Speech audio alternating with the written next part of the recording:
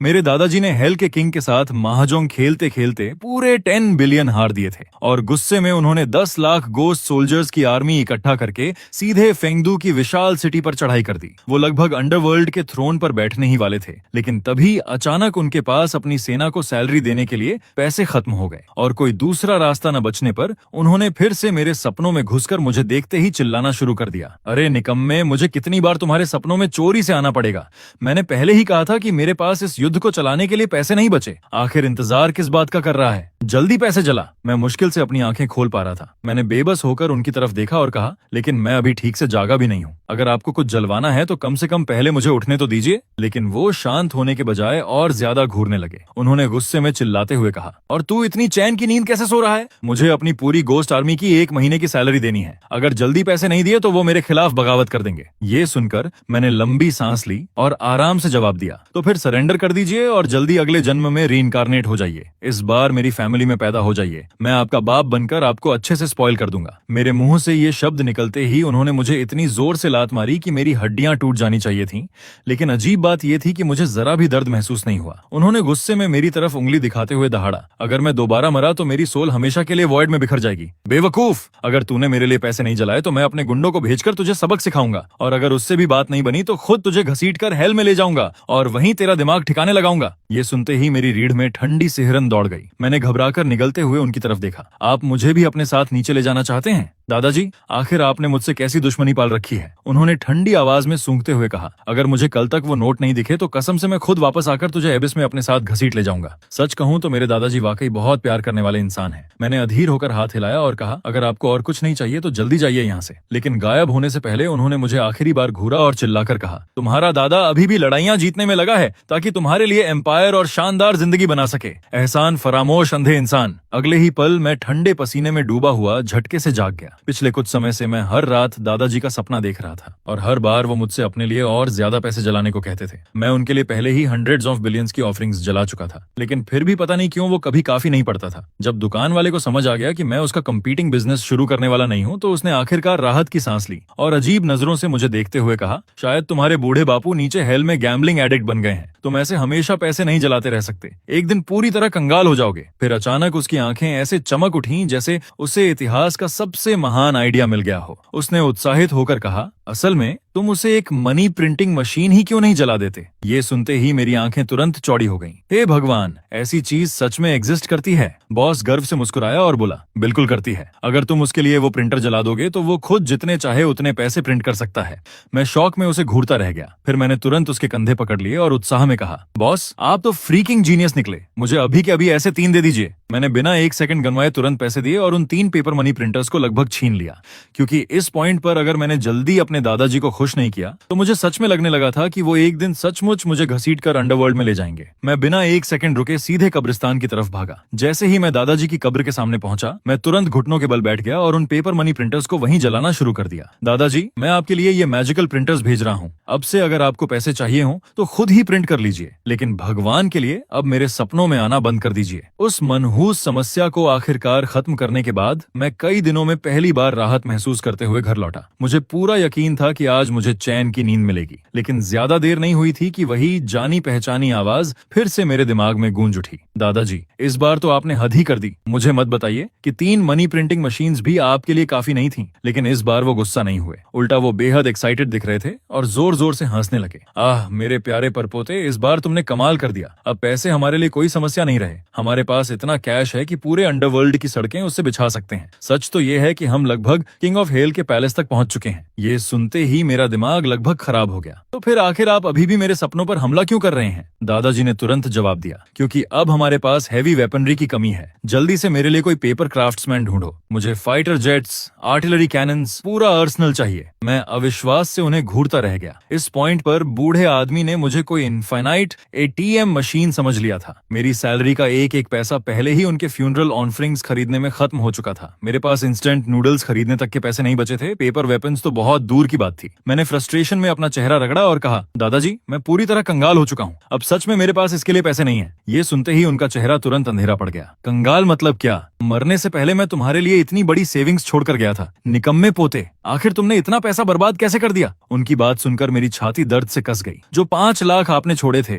मेरी घटिया ex girlfriend मुझे स्कैम करके सारे पैसे लेकर भाग गई। ये कहते ही मेरी आंखों से आंसू निकल पड़े और मैं बुरी तरह रोने लगा। दादाजी ने मुझे पूरी निराशा से देखा और चिल्लाए, तुम बस बच्चे की तरह रोना जानते हो। मैंने गुस्से में आंसू पोंछे और वापस चिल्लाकर कहा, क्या मैं अब चैन से रो भी नहीं सकता? आदमी भी रोते हैं, पता है ना आपको। दादाजी तुरंत बोले, बस बहुत हुआ। अगर उस कचरे ने मेरे पोते को इस तरह बेइज्जत करने की हिम्मत की है तो मैं अपनी डेड मैन की इज्जत की कसम खाकर कहता हूँ कि मैं उसे इसकी कीमत जरूर चुकवाऊंगा। उनकी ये बात सुनकर सच कहूँ तो मैं थोड़ा इमोशनल हो गया। दादाजी आप सच में सबसे बेस्ट हो। मरने के बाद भी मैं आपकी प्रोटेक्शन पर जी रहा हूँ। उन्होंने गर्व से हाथ बांधे और कहा, ध्यान से सुनो लड़के, तुम्हारा दादा नीचे से एक मैसिव कू लॉन्च करने की तैयारी कर रहा है, एक लेजेंडरी कू। मैं कंफ्यूजन में पलकें झपकाने लगा। रुको, आप सच बोल रहे हैं? आप सच में किंग ऑफ हेल को हटाकर अंडरवर्ल्ड का थ्रोन कब्जाना चाहते हैं? दादाजी ने ठंडी हंसी छोड़ी। बिल्कुल सीरियस हूँ। अंडरवर्ल्ड असल में एक जायंट कॉर्पोरेट स्कैम है। वो जो 18 लेवल्स ऑफ हेल है ना, वो सब मास प्रोडक्शन नॉनसेंस है। मैं उससे तंग आ चुका हूँ। और अगर तुम्हें रीइंकारनेट होना है तो हर चीज में रिश्वत देनी पड़ती है। दोबारा जन्म लेने से पहले सांस लेने तक का पैसा लेते हैं। अगर पैसे नहीं दे पाए तो 100 साल तक स्लेव लेबर करवाते हैं, सिर्फ किसी घटिया लॉटरी सिस्टम में एंट्री पाने के लिए। तब जाकर मुझे सब समझ आया। तो इसी वजह से आपने आर्म्ड रिबेलियन शुरू की। दादाजी ने गर्व से सिर हिलाया। बिल्कुल, और इस समय हम ऑलरेडी आधे अंडरवर्ल्ड पर कंट्रोल कर चुके हैं। मुझे इतने पैसे इसलिए चाहिए थे ताकि मर्सनरीज हायर करके एनिमी लीजन्स को कुचल सकूं। मैंने तुरंत कहा, लेकिन अब तो आपके पास वो प्रिंटर्स हैं, आप एंडलेस मनी प्रिंट नहीं कर सकते क्या? दादाजी ने तुरंत सिर हिला दिया। अब सिर्फ पैसे काफी नहीं है, अब हमें ओवरवेलमिंग फायर पावर चाहिए। जल्दी कोई पेपर क्राफ्ट्समैन ढूंढो और मुझे वो वेपन्स भेजो। मैं स्ट्रेस से लगभग गिर ही पड़ा। दादाजी प्लीज मेरी हालत समझिए, आपका पोता बैंकरप्ट हो चुका है। मैं आखिर इतना पैसा लाऊं कहां से? लेकिन दादाजी को जरा भी चिंता नहीं थी। वो आसान है। कल तुम्हारे शहर का जो सबसे बड़ा टाइकून था ना, वो मेरी आर्मी में शामिल हो गया है। आज रात मैं उसे उसकी पोती के सपनों में भेजूंगा और उसे कहूंगा कि वो सीधे तुम्हारे अकाउंट में कुछ मिलियन ट्रांसफर कर दे। मेरी आंखें तुरंत चौड़ी हो गईं। रुको, शहर का सबसे बड़ा टाइकून भी आपकी रेवोल्यूशन आर्मी का हिस्सा है? दादाजी ने लापरवाही से हाथ हिलाया। बिल्कुल नहीं। उसके बेवकूफ बेटे की मौत के बाद उसका परिवार एथियस्ट बन गया। उसके लिए पैसे और सर्वेंट्स जलाने के बजाय वो सिर्फ उसकी कब्र पर फूल चढ़ाते हैं। तुम्हें पता है ये कितनी ह्यूमिलिएटिंग बात है? बेचारा आदमी अंडरवर्ल्ड में सड़क किनारे फूल बेचकर गुजारा करने पर मजबूर हो गया था। फिर दादाजी अचानक सोचते हुए आंखें सिकोड़कर बोले, असल में शायद मुझे उसकी पोती की शादी तुमसे ही करवा देनी चाहिए। Problem solved. ये सुनते ही मेरा पूरा मूड बदल गया। दादाजी ये तो बिल्कुल हेवनली आइडिया है। मैं गुड न्यूज का इंतजार करूंगा बॉस। दादाजी गर्व से हंसे और मेरी तरफ एक अजीब चीज फेंकी। ये आर्टिफैक्ट रखो, ये लाइफ सेविंग टैलिस्मन है। अगर कभी तुम्हारी जान खतरे में पड़े तो इसे जमीन पर तोड़ देना। जैसे ही ये टूटेगा तुम्हारा दादा खुद अबिस से निकलकर तुम्हारी जान बचाने आएगा। उस चीज को हाथ में पकड़ते ही मुझे अचानक बहुत ज्यादा सेफ महसूस होने लगा। जब एक टेरिफाइंग अंडरवर्ल्ड माफिया बॉस खुद मेरी प्रोटेक्शन में हो तो जिंदगी में सक्सेस लगभग गारंटीड लगने लगी। अगली सुबह मैं हमेशा की तरह ऑफिस की तरफ निकला, लेकिन दूर से ही मैंने लग्जरी कार्स का एक विशाल कॉन्वॉय कंपनी के एंट्रेंस को ब्लॉक किए देखा। मैं शॉक में वहीं रुक गया। अब कौन सा एम्परर हमारी दुनिया में उतर आया? तभी मेरा कोवर्कर एक्साइटमेंट में मेरी तरफ भागता हुआ आया। सेंग, तुम्हें सच में अभी तक पता नहीं चला? हमारी छोटी सी कंपनी को अभी अभी लियू फैमिली ने खरीद लिया है, वही सिटी के सबसे अनटचेबल टाइकून्स। ये सुनते ही मुझे तुरंत समझ आ गया कि क्या हो रहा था। दादाजी ने सच में अपना वादा निभा दिया था। उस बूढ़े टाइकून की ग्रैंड डॉटर को शायद सपने में आदेश मिला होगा और उसने कंपनी सिर्फ मुझे देने के लिए खरीद ली। मेरे दादाजी सच में अपने शब्दों के पक्के थे। मैं गर्व से भरा हुआ मेन एंट्रेंस की तरफ स्वेगर करते हुए अंदर गया, लेकिन जैसे ही मैंने अंदर कदम रखा मैं अचानक एक बर्फ जैसी ठंडी खूबसूरत लड़की के सामने आ गया जिसकी प्रेजेंस ही टेरिफाइंग लग रही थी। तभी एक एम्प्लॉय ने तुरंत मेरी तरफ उंगली करके चिल्लाया, मिस यही है, यही सेंग है। इससे पहले कि मेरा दिमाग कुछ समझ पाता कई बॉडीगार्ड्स ने तुरंत मुझे पकड़ लिया और मेरे हाथ पीछे मोड़ दिए। अरे रुको एक सेकंड। लेकिन उन्होंने मेरी एक नहीं सुनी और मुझे घसीटते हुए सीधे लग्जूरियस प्रेसिडेंट ऑफिस में ले गए। वहां बैठी महिला ने एलिगेंटली अपने पैर क्रॉस किए हुए थे और बर्फ जैसी ठंडी आंखों से मुझे घूर रही थी। मेरा नाम लियू रुयान है। मुझे उम्मीद है कि तुम अच्छे से जानते हो मैं कौन हूँ। मैंने ऑकवर्ड स्माइल के साथ बिना सोचे जवाब दिया, बिल्कुल जानता हूँ, आप मेरी फ्यूचर बिलव्ड वाइफ हैं। मेरे मुंह से ये शब्द निकलते ही लियू रुयान का चेहरा घृणा से मरोड़ गया। वो मुझे ऐसी कंटेम्प्ट भरी नजरों से देख रही थी जैसे मैं दुनिया का सबसे घटिया इंसान हूँ। फिर उसने ठंडी आवाज में कहा, कल रात मेरे मरे हुए दादाजी मेरे नाइटमेयर में आए थे। उनका पूरा शरीर खून से भरा था, चेहरा इतनी बुरी तरह पीटा गया था कि पहचानना मुश्किल था। वो रोते हुए कह रहे थे कि अंडरवर्ल्ड के किसी गैंगस्टर ने उन्हें बेरहमी से पीटा। फिर उसने अपनी तेज नजरें मुझ पर गड़ा दी। अभी तुम्हारा ये घटिया चेहरा देखकर मुझे पूरा यकीन हो गया है कि ये सब तुम्हारा ही किया हुआ है। ये सुनते ही मेरा दिल लगभग रुक गया। धत तेरे की। दादाजी आपको उस बूढ़े आदमी से शांति से बात करनी थी ना, आपने उसे आधा मार क्यों दिया? मैंने जबरदस्ती अपने चेहरे पर ऑकवर्ड स्माइल बनाए रखी जबकि ठंडा पसीना लगातार मेरी पीठ से बह रहा था। सच कहूं तो मुझे बिल्कुल समझ नहीं आ रहा था कि मैं इस सिचुएशन को आखिर एक्सप्लेन कैसे करूं। अगर मेरे खुद के पिता भी दादाजी को कंट्रोल नहीं कर पाए तो मैं एक अंडरवर्ल्ड माफिया गोस्ट को कैसे संभाल सकता था। तू सच में बेवकूफ है, इस बार तूने गलत इंसान को छेड़ दिया, बहुत बड़ी कैलकुलेशन मिस्टेक कर दी तूने। लियू रुयान मुझे बर्फ जैसी ठंडी नजरों से घूर रही थी, जबकि मैं पैनिक में तुरंत दोनों हाथ ऊपर उठाकर बोला, नहीं नहीं, एक सेकंड रुकिए, मैं अपनी जान की कसम खाकर कहता हूँ कि ये सब बहुत बड़ा मिसअंडरस्टैंडिंग है, बहुत ही दुखद मिसअंडरस्टैंडिंग। लेकिन वो शांत होने के बजाय अपनी आंखें सिकोड़ कर मुझे ऐसे देखने लगी जैसे मुझे पूरी तरह पड़ रही हो। फिर भी अब तक जो मैंने देखा है उससे लगता है कि तुम्हारे पास गट्स हैं और कुछ डार्क टैलेंट्स भी। मेरे दादाजी रोते हुए कन्फेस कर रहे थे कि तुम्हारे पास पैसों की बहुत कमी है और कोइंसिडेंस से मेरे पास तुम्हारे लिए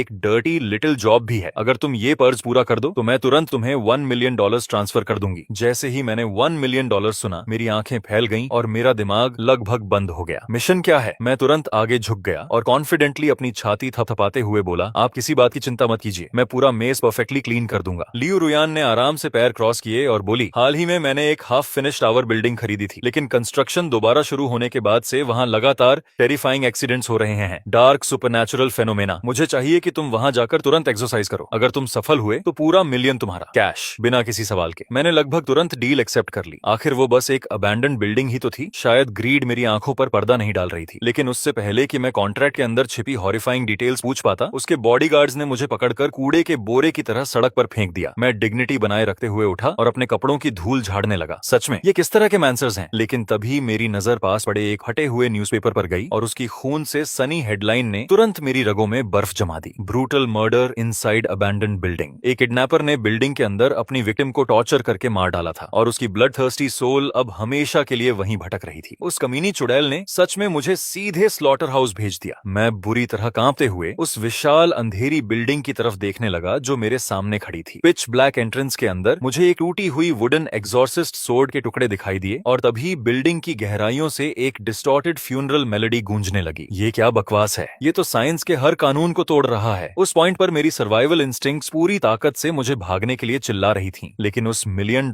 के लालच ने मुझे धीरे धीरे बिल्डिंग के जबड़े के अंदर धकेल दिया। जैसे ही मैं अंदर गया, खुद अंधेरा ही सफोकेटिंग महसूस होने लगा। धत तेरे की, ये जगह बहुत ज्यादा टेरिफाइंग है। शायद मुझे सुबह तक इस क्लीनिंग क्लोजेट में छिप जाना चाहिए। मेरी आवाज बुरी तरह कांप रही थी। मैंने खाली कॉरिडोर की तरफ देखते हुए धीरे से कहा, गोस्ट ब्रदर्स एंड सिस्टर्स, मैं शांति से आया हूँ। मेरे दादाजी का नाम सेन फेंग है और वो अंडरवर्ल्ड के वॉरलॉर्ड जैसे हैं। अगर कोई शिकायत हो तो उनके ऑफिस में कंप्लेंट कर देना। तभी अचानक अंधेरे में एक पुराना टेलीफोन इतनी जोर से बज उठा कि मेरे कान लगभग फट गए। आखिर कौन बार बार कॉल कर रहा है? तुम लोगों को मेरी पहले से मिजरेबल लाइफ से और क्या चाहिए? इससे पहले कि मैं रिएक्ट कर पाता, एक हॉरिफाइंग फीमेल एपरेशन सीधे दीवारों के अंदर से बाहर रेंगती हुई निकल आई। मैं लगभग चीख पड़ा और तुरंत दोनों हाथ ऊपर उठा दिए। मिस, पहले शांत हो जाइए। अगर आपने मुझे यहाँ मार दिया तो मैं कसम खाता हूँ कि मेरे दादाजी अंडरवर्ल्ड में आपकी खाल खिंचवा देंगे। उस घोस्ट का चेहरा नफरत से मरोड़ गया और वो फुफकारते हुए बोली, मुझे अंडरवर्ल्ड की जरा भी परवाह नहीं, मैं हमेशा लिविंग वर्ल्ड में ही रहूंगी। अब सफरिंग के लिए तैयार हो जाओ, मर जाओ कीड़े। मेरे पैरों से लगभग ताकत निकल गई। आपने मुझे मेरी ट्रम्प कार्ड इस्तेमाल करने पर मजबूर कर दिया। मैंने जल्दी से दादाजी वाला तालिस्मैन निकाला और चिल्लाया, अपीयर, धत तेरे की, गलत बोल दिया, बाहर आइए जल्दी, दादाजी, दादाजी, मेरी मिजरेबल लाइफ बचाइए। मैंने पूरी ताकत से तालिस्मैन को कंक्रीट फ्लोर पर दे मारा और मिरेकल के लिए डेस्परेटली प्रार्थना करने लगा। अचानक पूरी बिल्डिंग की फाउंडेशंस में एक इनॉर्मस शॉक वेव फट पड़ा। फिर अंधेरे में दादाजी की मैजेस्टिक आवाज गूंजी, शांत हो जाओ मेरे लॉयल ग्रैंडसन, तुम्हारा दादा आ चुका है। उनका विशाल फिगर धीरे धीरे गोस्टली स्मोक के अंदर से बाहर निकला और वो उस मर्डरस स्पिरिट को घृणा से घूरने लगे। ये रोती हुई गंदी चीज आखिर किस कब्र से निकल कर आई है? जैसे ही फीमेल गोस्ट ने दादाजी को देखा, उसकी आंखें प्योर हेट्रेड से भर गईं और उसके शरीर से डेडली क्रिम्सन ऑरा फूट पड़ा। लेकिन अनएक्सपेक्टेडली दादाजी का चेहरा अचानक पीला पड़ गया। वो 2 कदम पीछे हटे और तुरंत पूरी स्पीड से भागने के लिए घूम गए। धत तेरे की, ये तो कैटास्ट्रोफी क्लास स्पिरिट है। मेरा फेक एस्ट्रल प्रोजेक्शन एक एक्सचेंज भी सर्वाइव नहीं करेगा। और बस ऐसे ही बूढ़ा आदमी मुझे पूरी तरह छोड़कर भाग गया। मैं पूरी डिस्पेयर में उस गोस्ट को घूरने लगा। बहन जी, अगर मैं कसम खाऊं कि ये सब एक बेवकूफी भरा मिसअंडरस्टैंडिंग था तो क्या आप मान लेंगी? स्पिरिट ने मर्डरस रेज से मुझे घूरा। मिसअंडरस्टैंडिंग नहीं, मुझे लगता है कि तुम बस स्लो एंड एगनाइजिंग डेथ चाहते हो। घमंडी छोटे कीड़े, मैंने सब कुछ खो दिया है, लेकिन आज मैं तुम्हारी सोल को अपने साथ डार्कनेस में घसीट कर ले जाऊंगी। मैं लगभग वहीं गिर पड़ा। रुको, दया कीजिए, मेरी वाइटल यंग एनर्जी अब्सॉर्ब कर लीजिए। मुझे देखिए, मैं हेल्थी यंग मैन हूँ, लाइफ एनर्जी से भरा हुआ, मैं आपके काम आ सकता हूँ। गोस्ट गुस्से में चीखी, अपने सपनों में दे कमीने, अब एनाइलेशन के लिए तैयार हो जा। वो अपने शार्प क्लॉज फैलाकर मेरी तरफ झपटी और जैसे ही मुझे लगा कि मौत मेरी गर्दन पर सांस ले रही है, दादाजी की थंडरस आवाज फिर से पूरे स्पेस में गूंज उठी, इसे तुरंत पकड़ लो। फीमेल स्पिरिट जोर जोर से छटपटाने लगी और चीख कर बोली, मुझे छोड़ दो, तुम खुद को क्या समझते हो जो मुझे ऑर्डर्स दे रहे हो? दादाजी ने कंटेम्प्ट से भरी डार्क लाफ छोड़ी और अगले ही सेकंड तापमान फ्रीजिंग तक गिर गया। उनके बगल में मैसिव वेपन्स लिए 2 टेरिफाइंग रीपर्स मटीरियलाइज हो गए। दादाजी गर्व से मुस्कुराए। और अब मेरे एस्कॉर्ट के बारे में क्या ख्याल है कचरे? उन इन्फर्नल गार्डियंस का ओवरवेलमिंग प्रेशर महसूस होते ही गोस्ट बुरी तरह डर गई। वो पैनिक में चीखी और भागने की कोशिश करने लगी, लेकिन हेवी अंडरवर्ल्ड चेन्स उसके शरीर पर लिपट गईं और उसे तुरंत जमीन पर पटक दिया। विक्ट्री सिक्योर होते देख दादाजी ने जल्दी से स्पिरिट मनी की मोटी गड्डी निकाली और रीपर्स को थमा दी। ब्रोदर्स, हमेशा की तरह एक्सीलेंट वर्क। हेल की सबसे अच्छी टी पीना और शिफ्ट खत्म होने के बाद आराम से हॉट बाथ लेना। रीपर्स ने तुरंत सम्मान से हाथ हिलाए। बॉस, हमें शर्मिंदा मत कीजिए, हम प्रैक्टिकली फैमिली हैं। अगली बार इतना एंटरटेनिंग ऑपरेशन चाहिए हो तो बस ऑर्डर दे दीजिए। तभी उनमें से एक ने क्यूरियोसिटी से मेरी तरफ देखा। और ये हैंडसम यंग मैन आपका ग्रैंडसन है? इसे हमारे हवाले छोड़ दीजिए। रिकॉर्ड बुक्स में थोड़ा बदलाव करके हम इसकी लाइफ स्पैन में आसानी से कुछ एक्स्ट्रा डेकेड्स जोड़ सकते हैं। ये इनक्रेडिबल ऑफर सुनते ही दादाजी ने तुरंत उससे भी मोटी बंडल उनके पॉकेट्स में ठूंस दी। अब जब वो मर्डरस गोस्ट हेल्पलेसली चेन्स में बंधी जमीन पर पड़ी थी, मैं धीरे धीरे उसके पास गया और पूरी ताकत से उसे थप्पड़ मार दिया। तो अब क्या हुआ कचरे? अभी भी मेरे सामने टफ बन रही हो? अपनी औकात समझ लो। अंडरवर्ल्ड में मेरी भी माफिया कनेक्शंस हैं, बेवकूफ। बंधी होने के बावजूद गोस्ट ने विशसली मुझे घूरा और चीख कर बोली, मेरा पति मेरा बदला लेगा, वो तुम्हें बचने नहीं देगा। मैं ठंडी हंसी हंसते हुए बोला, ओह नहीं, मैं डर से कांप रहा हूँ। तो उसे भी बुला लो, फिर 2 for 1 पैकेज डील कर लेंगे। मैंने कॉन्फिडेंटली रीपर्स की तरफ मुड़कर कहा, ब्रोदर्स, जब इस औरत को प्रिजन में डालो तो इसका एक एक बोन तोड़ देना। बोनस पेमेंट के तौर पर मैं तुम्हारे लिए फॉर्चून जला दूंगा। रीपर्स डार्क स्माइल के साथ बोले, बस इतना ही, समझो हो गया यंग मास्टर। अगली बार बस हाई वैल्यू फॉरेन करेंसी भेजना। पेमेंट अच्छी हो तो हम बहुत रीजनेबल लोग हैं। सिनिस्टर स्माइल्स के साथ वो दोनों रीपर्स उस चीखती हुई औरत को शैडोज के अंदर घसीट कर ले गए और पूरी बिल्डिंग अचानक पूरी तरह शांत हो गई। मैं एब्सोल्यूट ऑ में दादाजी को घूरता रह गया। सच कहूं तो उस बूढ़े आदमी की अंडरवर्ल्ड कनेक्शंस पूरी तरह मॉन्स्ट्रस थीं। दादाजी ने गर्व से मेरी तरफ देखा और कहा, इज्जत लोगों के मुंह पर कैश की गड्डियां फेंक कर खरीदी जाती है। बेवकूफ लड़के, अगर पैसे ना हो तो हेल के दरवाजे भी तुम्हारे लिए नहीं खुलेंगे। फिर उनका चेहरा अचानक सीरियस हो गया। उन्होंने उंगली दिखाते हुए मुझसे कहा, अब ध्यान से सुन, जल्दी से वो वेपनरी मेरे लिए जला और ध्यान रहे कि मार्केट का सबसे महंगा इंपीरियल ग्रेड पेपर इस्तेमाल हो। जैसे ही मैं रेबल्स को पूरी तरह कुचल कर अपना एम्पायर स्टेबलाइज कर दूंगा। हेल का हर कानून मैं खुद लिखूंगा। मैंने तुरंत अपनी पीठ सीधी की और ड्रामेटिक सैल्यूट मारते हुए कहा, अंडरस्टूड जनरल। उस हिसाब से शायद मुझे जल्दी मर जाना चाहिए ताकि मैं भी आपके बगल में थ्रोन पर बैठ सकूं। दादाजी ने तुरंत मेरे सिर पर जोर से छपत मारी, अपना मुंह बंद रख और ऐसी मनहूस बातें करना बंद कर। फिर उन्होंने शक भरी नजरों से आंखें सिकोड़ ली। टॉपिक बदलते हैं। आधी रात को तू उस मौत के अड्डे में आखिर कर क्या रहा था? मैंने जल्दी से उन्हें पूरी कहानी बता दी कि कैसे लियू रुयान ने मुझे उस सुसाइडल मिशन पर भेजा था। जैसे ही दादाजी ने सब सुना, उनका गुस्सा इतना भड़क गया कि लगा वो वहीं दूसरी बार हार्ट अटैक से मर जाएंगे। उसी समय कई किलोमीटर दूर लियू रुयान अपारेंटली बिनोक्यूलर्स से दूर बैठकर सब देख रही थी और मुझे जिंदा बचते देकर उसके होंठों पर हल्की मुस्कान आ गई। तो ये आवारा कुत्ता सच में काटना जानता है। उसी रात जैसे ही लियू रुयान अपनी लग्जूरियस मैंशन में सोई, वो तुरंत एक हॉरिफाइंग नाइटमेयर में खींच ली गई। सपने में उसने अपने दादाजी को देखा। उनका पूरा शरीर खून से लथपथ था और चेहरा इतनी बुरी तरह पीटा गया था कि पहचानना मुश्किल था। वो रोते हुए उसकी तरफ रेंगते आए, पोती प्लीज मैं तुमसे भीख मांगता हूँ, उस लड़के से तुरंत शादी कर लो। उसका दादा पूरा मॉन्स्टर है और उसके अंडरवर्ल्ड इन्फोर्सर्स को कोई रोक नहीं सकता। उसने बिना पसीना बहाए हमारे परिवार की पिछली 8 जनरेशंस तक को खत्म कर दिया। प्लीज उससे शादी कर लो और इस मैसेकर को रोक दो। लेकिन लियू रुयन ने गुस्से में अपनी मुठियां भींच ली। मैं उस नोबडी से शादी करने से पहले मरना पसंद करूंगी। अगर वो लोग नीचे आपको टॉर्चर कर रहे हैं तो मैं ऊपर उसके बेवकूफ ग्रैंडसन की जिंदगी बर्बाद कर दूंगी। उसके दादाजी तुरंत पैनिक में आ गए। तू उसे छूने की हिम्मत भी मत करना। उस बूढ़े माफिया बॉस के पास एंडलेस फाइनेंशियल रिसोर्सेज हैं। वो टेरिफाइंग स्पीड से डिमोनिक आर्मी खड़ी कर रहा है और जल्द ही पूरे अंडरवर्ल्ड का एब्सोल्यूट डिक्टेटर बन जाएगा। जैसे ही वो वर्ल्ड्स के बीच की बैरियर्स तोड़ देगा, लिविंग वर्ल्ड पर हमला करना उसके लिए बैकयार्ड में घूमने जितना आसान हो जाएगा। अगर तू उसे प्रोवोक करती रही तो वो तुझे अपने पैदा होने पर पछतावा करवा देगा। लियू रुयान कंफ्यूजन में बोली, लेकिन उस बूढ़े आदमी के पास इतना पैसा आ कहां से रहा है? उसका ग्रैंडसन तो बस एक फेल्ड ऑफिस वर्कर है, कॉर्पोरेट स्लेव। उसके दादाजी ने गंभीर आवाज में कहा, तुझे पता है वो इतना टेरिफाइंग क्यों है? क्योंकि उसके ग्रैंडसन के पास यिन एबस बर्थ ऑनरा है। नॉर्मली जब इंसान डेड लोगों के लिए पैसे जलाते हैं तो ज्यादातर स्पिरिट बैंक्स उन्हें फिल्टर कर लेते हैं। हमारे पास लगभग कुछ नहीं पहुंचता, लेकिन जब उसका ग्रैंडसन ऑफरिंग्स जलाता है तो हमें सब कुछ डायरेक्टली मिलता है। ये सुनते ही लियू रुयान का एक्सप्रेशन पूरी तरह बदल गया। उसके दादाजी ने तुरंत उसके कंधे पकड़ लिए और बेगिंग करते हुए बोले, पोती मान जा, अगर वो तेरे लिए भी पेपर मनी जलाने लगे तो तू अंडरवर्ल्ड में रिच बन जाएगी और आखिरकार उसके दादाजी का सामना करने लायक ताकत हासिल कर लेगी। लियू रुयान धीरे धीरे सोचते हुए सिर हिलाने लगी। असल में ये आइडिया इतना बुरा भी नहीं है, लेकिन अगली सुबह जब लियू रुयान मुझे किडनैप करके अपने दादाजी के लिए भी पैसे जलवाने आई, तब तक मैं रातों रात भागकर अपने होम टाउन वापस पहुंच चुका था। मैं तुरंत कई वेपन मॉडल्स लेकर गांव की फ्यूनरल ऑफरिंग शॉप में गया और उन्हें टेबल पर रख दिया। बॉस, मुझे इनकी फुल स्केल कॉपीज चाहिए। बूढ़ा शॉपकीपर मुझे मुझे ऐसे घूरने लगा जैसे मैं पूरी तरह पागल हो गया हूँ। बच्चे, क्या मैं तुम्हें कोई मिलिट्री फैक्ट्री लगता हूँ? पागल हो गया है क्या? मैंने जल्दी से सिर हिलाया। उन्हें फुल साइज होने की जरूरत नहीं है, लेकिन प्रोपोर्शंस बिल्कुल एग्जैक्ट होने चाहिए। बूढ़े आदमी ने हेल्पलेसली अपनी ठोड़ी सहलाई। इम्पॉसिबल, बहुत मुश्किल है। जब तक तुम एक्स्ट्रा पेमेंट ना दो, शायद मैं इन्हें 3D प्रिंटिंग से बना सका हूँ। मेरी आंखें तुरंत फैल गईं। सच में अब ऐसे फ्यूनरल ऑफरिंग्स भी बनते हैं? शॉपकीपर गर्व से हंस पड़ा। बिल्कुल, जमाना बदल रहा है। ज्यादातर लोग प्रिंटर्स से अपने लिए पेपर गर्लफ्रेंड्स बनवाते हैं, लेकिन पहली बार किसी ने मुझसे वेपन्स मांगे हैं। मैंने तुरंत टेबल पर पैसे पटक दिए। मैं एक्स्ट्रा पे करूंगा, लेकिन मुझे ये आज रात चाहिए। पहले वेपन्स बनाओ। फाइटर जेट्स और टैंक्स बाद में भी बन सकते हैं। रात तक मैं आखिरकार वो मैसिव आर्सेनल लेकर घर लौटा जो शॉपकीपर ने मेरे लिए तैयार किया था, और बिना हिचकिचाए मैंने सारी ऑफरिंग्स आग में फेंक दी। आसमान में थिक स्मोक उठने लगा और उसने एक जायंट स्वेयरलिंग वॉर्टेक्स बना दिया। तुरंत फ्लेम्स के अंदर से दादाजी की एक्साइटेड आवाज गूंजी। ग्रैंडसन, तुम कमाल हो। इतनी सारी शानदार चीजें, इस इक्विपमेंट के साथ मैं पूरे टेरिटरीज कॉन्कर कर सकता हूँ। मैंने जल्दी से पूछा, दादाजी क्या ये काफी है? मैं और खरीद सकता हूँ? दादाजी जोर से हंस पड़े। जरूरत से ज्यादा काफी है। मेरे पुराने कॉमरेड्स को ऑलरेडी लेवल 18 असेंबली लाइन से आजाद करा लिया गया है। इस इक्विपमेंट के साथ वो बूढ़े बेवकूफ और उनकी छोटी सोर्ड्स अब देखेंगे कि मॉडर्न ईरा वॉरफेयर असल में होता क्या है। ये सुनकर मैं गर्व से मुस्कुराने लगा। दादाजी, कल तक टैंक्स और फाइटर जेट्स भी रेडी हो जाएंगे। मैं सब आपके लिए जला दूंगा। बहुत स्पेक्टेक्युलर होने वाला है। लेकिन दादाजी ने अचानक डिसमिसिवली हाथ हिला दिया। फाइटर जेट्स भूल जा, बस मेरे लिए कुछ न्यूक्लियर वॉरहेड्स जला देना, ज्यादा प्रैक्टिकल रहेंगे। मैंने गंभीरता से सिर हिलाया। डील। लेकिन अगली सुबह जैसे ही मैं उठा, मेरा कोर्टयार्ड पहले से बॉडीगार्ड से भरा हुआ था। इससे पहले कि मैं कुछ समझ पाता, लियू रुयान हाथ बांधे डेंजरस स्माइल के साथ धीरे धीरे मेरी तरफ बढ़ी। तू काफी तेज भागता है लड़के, लेकिन ये मत सोच कि मेरी पकड़ से बच सकता है। इतनी हालत में भी मैंने जबरदस्ती ग्रिन निकाली। हनी, क्या आपने पिछले कुछ दिनों में मुझे इतना मिस किया? उसका चेहरा तुरंत अंधेरा पड़ गया। मुझे हनी मत बुलाओ, आज मैं तुम्हें सबक सिखाऊंगी। मैं तुरंत पैनिक में आ गया। रुको रुको, हम इस बारे में आराम से बात कर सकते हैं। लेकिन मेरे विरोध करने से पहले ही बॉडीगार्ड्स मुझे पूरी तरह बांध चुके थे। दोपहर के आसपास अचानक एक बड़ा ट्रक कोर्टयार्ड में आया और उसने पेपर मनी का पूरा पहाड़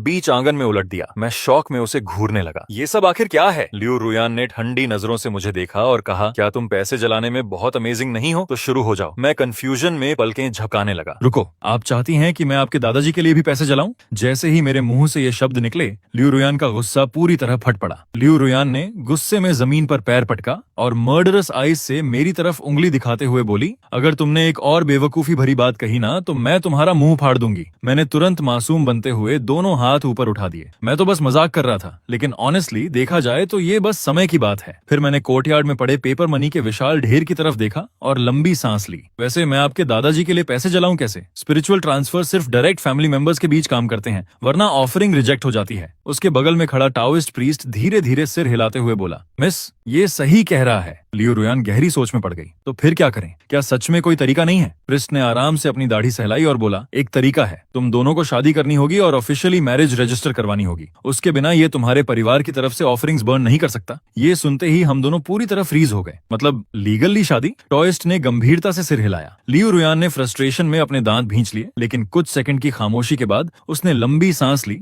और आखिरकार फैसला कर लिया। 2 घंटे बाद हम दोनों सिविल अफेयर्स ब्यूरो के बाहर खड़े थे, हाथ में ऑफिशियल मैरिज सर्टिफिकेट पकड़े हुए। लियू रुयान ने मुझे ठंडी नजरों से घूरा और चेतावनी दी, ज्यादा एक्साइटेड मत हो। मेरी नजर में तुम अभी भी बस चॉपिंग बोर्ड पर पड़ी एक मछली हो। मैं बेशर्मी से मुस्कुराया। जो भी कहो हनी, अब मैं घर जाकर दादाजी के लिए पैसे जलाने वाला हूँ। सरप्राइजिंगली मेरा इतना रिलैक्स्ड बिहेवियर देखकर वो थोड़ी सस्पिशियस हो गई। उसने आंखें सिकोड़कर पूछा, तुमने इतनी आसानी से मान कैसे लिया? कहीं तुम पीछे कुछ प्लान तो नहीं कर रहे? मैंने आराम से कंधे उचकाए। बिल्कुल नहीं। वैसे भी आपने जो टाओइस्ट प्रीस्ट हायर किया है वो ऑलरेडी मुझ पर नजर रख रहा है। उसी रात कोर्टयार्ड में पेपर मनी के पहाड़ जल रहे थे और राख तूफान की तरह हवा में उड़ रही थी। टाओइस्ट प्रीस्ट फ्लेम्स के पास कॉन्फिडेंटली खड़ा होकर बोला, मास्टर, ये पैसा जरूर आपके दादाजी तक पहुंच जाएगा, आपको चिंता करने की जरूरत नहीं। लेकिन तभी उसका एक्सप्रेशन अचानक थोड़ा बदल गया। फिर भी आज रात बहुत ज्यादा इंसेंस जल रहा है। इतनी strong spiritual attraction wandering spirits को यहाँ खींच सकती है। फिर उसने गर्व से अपनी छाती फुलाई। लेकिन जब तक मैं यहाँ हूँ, डरने की बिल्कुल जरूरत नहीं। जैसे ही उसने ये कहा, हमारे ऊपर का मून अचानक ब्लड रेड हो गया। आसमान से एक टेरिफाइंग स्पेक्ट्रल पैलंक्विन धीरे धीरे नीचे उतरने लगा, जिसके आसपास गोस्टली फिगर्स एक कॉफिन उठाए हुए थे। टाओइस्ट प्रीस्ट का चेहरा तुरंत सफेद पड़ गया। धत तेरे की, रेड मून और फैंटम कॉफिन बेरर्स, ये तो गोस्ट किंग की एस्कॉर्ट प्रोसेशन है। आखिर तुम लोगों ने किस तरह का मॉन्स्टर यहाँ अट्रैक्ट कर लिया? यहाँ तक कि लियू रुयन भी डर के मारे जमीन पर गिर पड़ी। अब क्या करें? टाओइस्ट ने तुरंत ड्रामेटिक अंदाज में अपनी रोब्स ठीक की। घबराओ मत, अब मैं अपनी असली ताकत दिखाऊंगा। लेकिन अगले ही सेकंड वो बूढ़ा फ्रॉड पलटा और ओलंपिक एथलीट से भी तेज भाग गया। मैं उसे डिसबिलीफ में घूरता रह गया। आखिर तुम लोगों ने ये स्कैम आर्टिस्ट कहां से ढूंढा? क्या ये सीक्रेटली ट्रैक कॉम्पिटिशंस की ट्रेनिंग ले रहा था? लियू रुयन इतनी बुरी तरह कांप रही थी कि वो ठीक से बोल भी नहीं पा रही थी। मीनवाइल वो जायंट स्पेक्ट्रल पैलंक्विन ओवरवेलमिंग प्रेशर के साथ धीरे धीरे हमारे सामने उतर गया। मेरे पैर कांप रहे थे, लेकिन फिर भी मैंने खुद को शांत दिखाते हुए आगे कदम बढ़ाया। मुझे नहीं पता आज रात कौन सी महान एंटिटी हमारे यहाँ आई है, लेकिन अगर आपको पैसे चाहिए तो बस कह दीजिए, मैं जितने चाहें उतने जला दूंगा। पैलंक्विन के अंदर से एक डीप घोस्टली वॉइस गूंजी। तुम काफी क्लेवर लड़के हो, लेकिन मुझे पैसे नहीं चाहिए। मेरी हार्ट बीट तुरंत तेज हो गई। तो फिर आपको आखिर चाहिए क्या? अगर उसे जलाया जा सकता है तो मैं आपके लिए तैयार कर दूंगा। उस आवाज ने ठंडे स्वर में जवाब दिया, मुझे अपनी वाइफ चाहिए। ये सुनते ही मैंने तुरंत अपने बगल में खड़ी लियू रुयान की तरफ उंगली कर दी। वेल प्रेसिडेंट लियू, लगता है यहाँ आपको थोड़ा सैक्रिफाइस करना पड़ेगा। लियू रुयान डिसबिलीफ में मेरी तरफ देखने लगी। तुम कैसी बकवास कर रहे हो? मैं अब तुम्हारी वाइफ हूँ। तुम सच में मुझे किसी दूसरे आदमी को सौंपने वाले हो? मैंने तुरंत ड्रामेटिक अंदाज में उसका कंधा पकड़ लिया। लेकिन आपने खुद कहा था ना, हम लीगली मैरिड हैं। श्योरली आप अपने प्यारे हस्बैंड को ऐसे छोड़कर नहीं जाएंगी, राइट? उसके चेहरे पर डर और घबराहट देखकर मैंने आखिर टीजिंग बंद की और गोस्ट किंग की तरफ गंभीर होकर मुड़ा। ग्रेट किंग, मेरी वाइफ तैयार नहीं है, लेकिन मैं आपके लिए कई ब्यूटीफुल पेपर कॉन्क्यूबाइंस जला सकता हूँ, जितनी चाहें उतनी। लेकिन गोस्ट किंग की आवाज अचानक हेट्रेड से भर गई। जिस औरत को मैं ढूंढ रहा हूँ वो मेरी वो वाइफ है जिसे मुझसे छीन लिया गया। मेरी खोपड़ी तुरंत सुन्न पड़ गई। रुको एक सेकंड, ये कैसी बकवास है? मैंने आज ही इससे शादी की है और आपको अभी से ये चाहिए? क्या आप पागल हैं? तभी गोस्ट किंग गुस्से में दहाड़ा। कल रात तुमने मेरी वाइफ को मार दिया, आज रात मैं उसका बदला लेने आया हूँ। ये सुनते ही मेरी पूरी बॉडी में बर्फ जैसी ठंडक दौड़ गई। मैंने कभी इमेजिन भी नहीं किया था कि कल रात वाली कैटास्ट्रोफ क्लास फीमेल घोस्ट असल में इस घोस्ट किंग की वाइफ थी।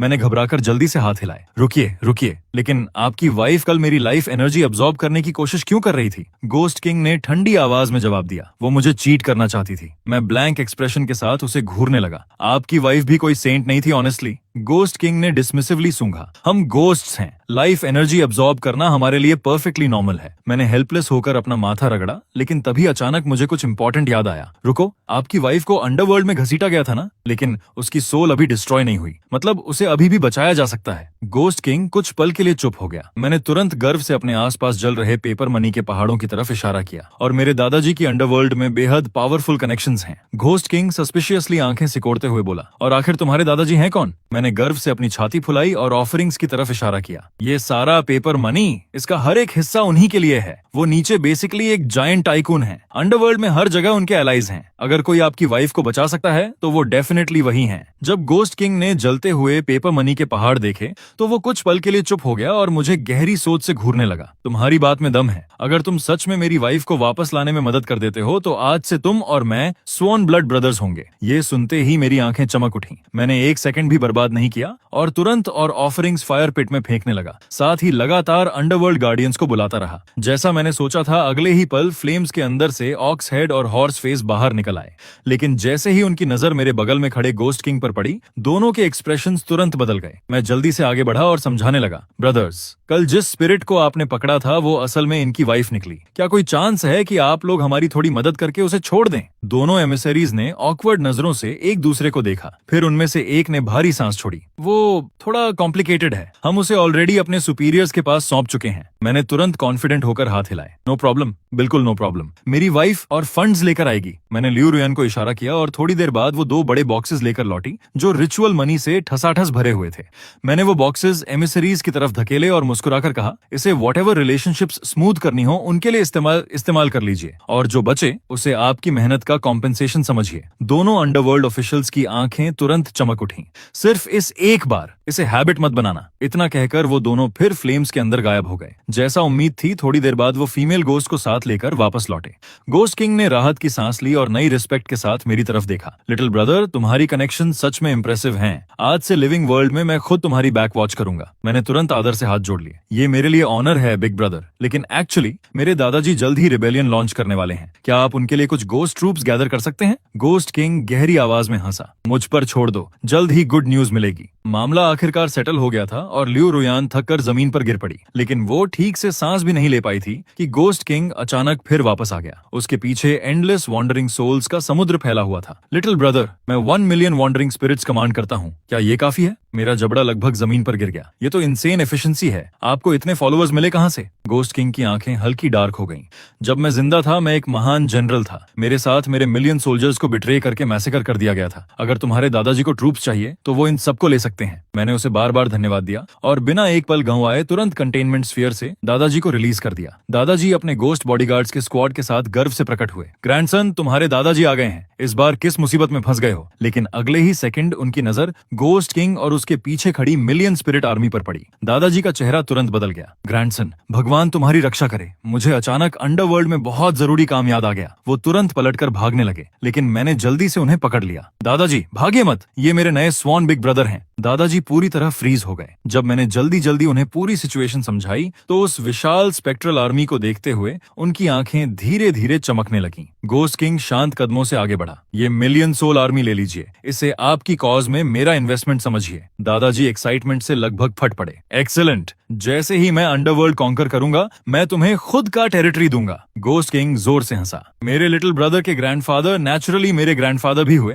अलायंस फाइनलाइज होने के बाद गोस्ट किंग अपनी मिलियन स्पिरिट्स आर्मी लेकर डार्कनेस में चला गया, लेकिन दादाजी वहीं रुक गए। उन्होंने सस्पिशियस नजरों से मुझे देखा। ओए लड़के, तूने हाल ही में मेरे वेपन्स जलाने बंद क्यों कर दिए? फिर उन्होंने कैजुअली लियू रुयान की तरफ इशारा किया। और तुम्हारे फादर इन लॉ वाला बूढ़ा आज अचानक बहुत रिच बन गया था, इसलिए मैंने उसके सारे फंड्स कॉन्फिस्केट कर लिए। लियू रुयान शॉक में चीख पड़ी। आपने अभी क्या कहा? दादाजी ने डिसमिसिवली हाथ हिलाया। रिलैक्स, अब तुम मेरे ग्रैंडसन की वाइफ हो ना, इसे इन्वेस्टमेंट समझो। फिर उन्होंने गर्व से अपनी छाती फुलाई। जैसे ही मैं अंडरवर्ल्ड पूरी तरह कन्वर्ट कर लूंगा, मैं तुम दोनों के names book of life and death से इरेज कर दूंगा। लियू रुयान तुरंत भौहें सिकोड़कर बोली, नो थैंक्स, मैं कोई झुर्रियों वाली बूढ़ी औरत बनकर हमेशा नहीं जीना चाहती। दादाजी ने उसकी इग्नोरेंस पर तुरंत ताना मारा। तुझे क्या पता, तुम्हारा शरीर बिल्कुल अभी जैसा है वैसा ही रहेगा। Eternal youth. जैसे ही लियू रुयान ने इटर्नल यूथ शब्द सुने, उसका पूरा एक्सप्रेशन इंस्टेंटली बदल गया। उसकी आंखें एक्साइटमेंट से चमकने लगीं। मैं धीरे से बड़बड़ाया, लगता है ये अभी भी पूरी तरह कन्विंस्ड नहीं हुई। दादाजी ने तुरंत कंधे उचकाए। परफेक्ट, मेरे कई पुराने कॉमरेड्स बिलियनियर्स हैं और वो सब अपनी ग्रैंडडॉट्स की शादी तुमसे करवाने को डेस्परेट हैं। ये सुनते ही लियू रुयान पूरी तरह पैनिक में आ गई। उसने मेरा हाथ कसकर पकड़ा और मुझे सीधे घर के अंदर घसीट ले गई। एब्सोल्युटली नॉट, जीत मेरी होगी। मैं उसके पीछे लड़खड़ाते हुए हेल्पलेस होकर बोला, औरत, अब बहुत देर हो चुकी है, अब कुछ वापस नहीं हो सकता। 1 साल बाद दादाजी सक्सेसफुली पूरे अंडरवर्ल्ड के रूलर बन गए और उन्होंने हमारे दोनों नाम book of life and death से मिटा दिए। उस दिन के बाद लियू रुयान और मैं कभी बूढ़े नहीं हुए। हम हर दिन दुनिया की सबसे लग्जूरियस जिंदगी जीने लगे। हर रोज पैसों के पहाड़ गिनने के अलावा मैं बेसिकली बस अपनी इमॉर्टल वाइफ के साथ शॉपिंग करने जाता था। लेकिन ठीक जब मैं उसे प्राइवेट आइलैंड वेकेशन पर ले जाने की प्लानिंग कर रहा था, तभी दादाजी का ड्रीम ट्रांसमिशन अचानक डेथ सेंटेंस की तरह मेरे दिमाग में फट पड़ा। ग्रैंडसन, सोना बंद कर और जल्दी मुझे बचा। तुम्हारे दादाजी उन डायमंड मनी प्रिंटर्स की वजह से बर्बाद होने वाले हैं। सपने के अंदर दादाजी डिस्पियर में अपने पैलेस के प्रेशियस फाइट जैड टाइल्स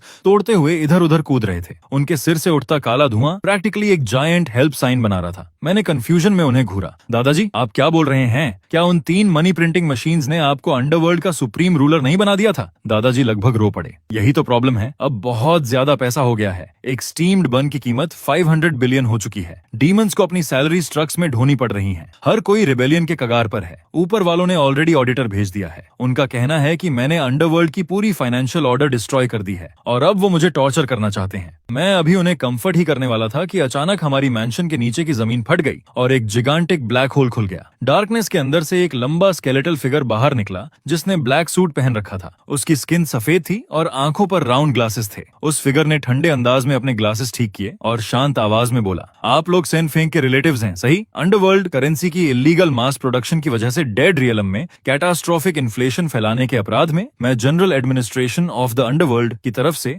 अब आपकी लिविंग वर्ल्ड की सारी मैंशंस और बैंक अकाउंट्स कन्फिस्केट करता हूँ। ये पूरा एम्पायर मेरे दादाजी ने बनाया है। तुम बस एक ग्लोरिफाइड एम्प्लॉयर्स हो। ऐसे हमारी सारी चीजें नहीं छीन सकते। लियू रुयान इतनी गुस्से में थी कि उसके माथे की नसें तक उभर आई थीं। उसने पास रखा वेज उठाया और लगभग ऑडिटर के चेहरे पर फेंकने ही वाली थी, लेकिन उस स्केलेटल आदमी ने बस ठंडी हंसी छोड़ी, अपने ब्रीफ केस से एक गोल्डन एबिकस निकाला और तेजी से उसकी बीट्स चलाने लगा। सिर्फ उस क्लैकिंग साउंड ने ही ही लियू रुयन को 3 कदम पीछे धकेल दिया। उस स्केलेटन आदमी ने ठंडे अंदाज में अपने ग्लासेस ठीक किए। मैं general administration of the underworld का स्पेशल एनवॉय हूँ। मैं सिर्फ ये प्रॉपर्टी कॉन्फिस्केट नहीं करूंगा, बल्कि तुम्हें अकॉम्प्लिसेस मानकर इंटरोगेशन के लिए भी ले जाऊंगा। मैंने तुरंत नर्वस होकर दोनों हाथ ऊपर उठा दिए। आराम से सर, आराम से। ये बस थोड़ी इन्फ्लेशन है, इतनी दूर जाने की जरूरत नहीं। मैं तुरंत अंडरवर्ल्ड टैक्सेस पे कर दूंगा। मैं गारंटी देता हूँ कि आप सेटिस्फाइड होकर जाएंगे। परमिशन का इंतजार किए बिना मैं दौड़कर स्टडी रूम में गया और अपनी old university economics text book के साथ कुछ पेपर गोल्ड बार्स उठा लाया। फिर बिना हिचकिचाए सब कुछ ब्राजियर में फेंक दिया। दादाजी तैयार हो जाइए, ये हमारा अल्टीमेट फाइनेंशियल न्यूक्लियर वेपन है। अब उन इग्नोरेंट अंडरवर्ल्ड फूल्स को असली इकोनॉमी समझाने का समय आ गया है। ऑडिटर मुझे किताब जलाते हुए देखकर कंटेम्प्ट से हंस पड़ा, लेकिन अगले ही सेकंड उसकी पॉकेट में रखा कम्युनिकेशन टैलिस्मैन ऐसे वायलेंटली वाइब्रेट करने लगा जैसे उसे बिजली लगी हो। जैसे ही उसने कॉल उठाई, उसकी आंखें लगभग सॉकेट्स से बाहर निकल आईं।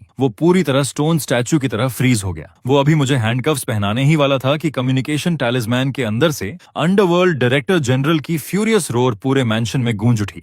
सीलिंग पर लटके शैंडलियर्स तक हिलने लगे। Director director, young master Seng ने जो इकोनॉमिक्स बुक जलाई है वो डिवाइन रेलिक निकली। दूसरी तरफ डायरेक्टर जनरल इतनी एक्साइटमेंट में था कि ठीक से बोल भी नहीं पा रहा था।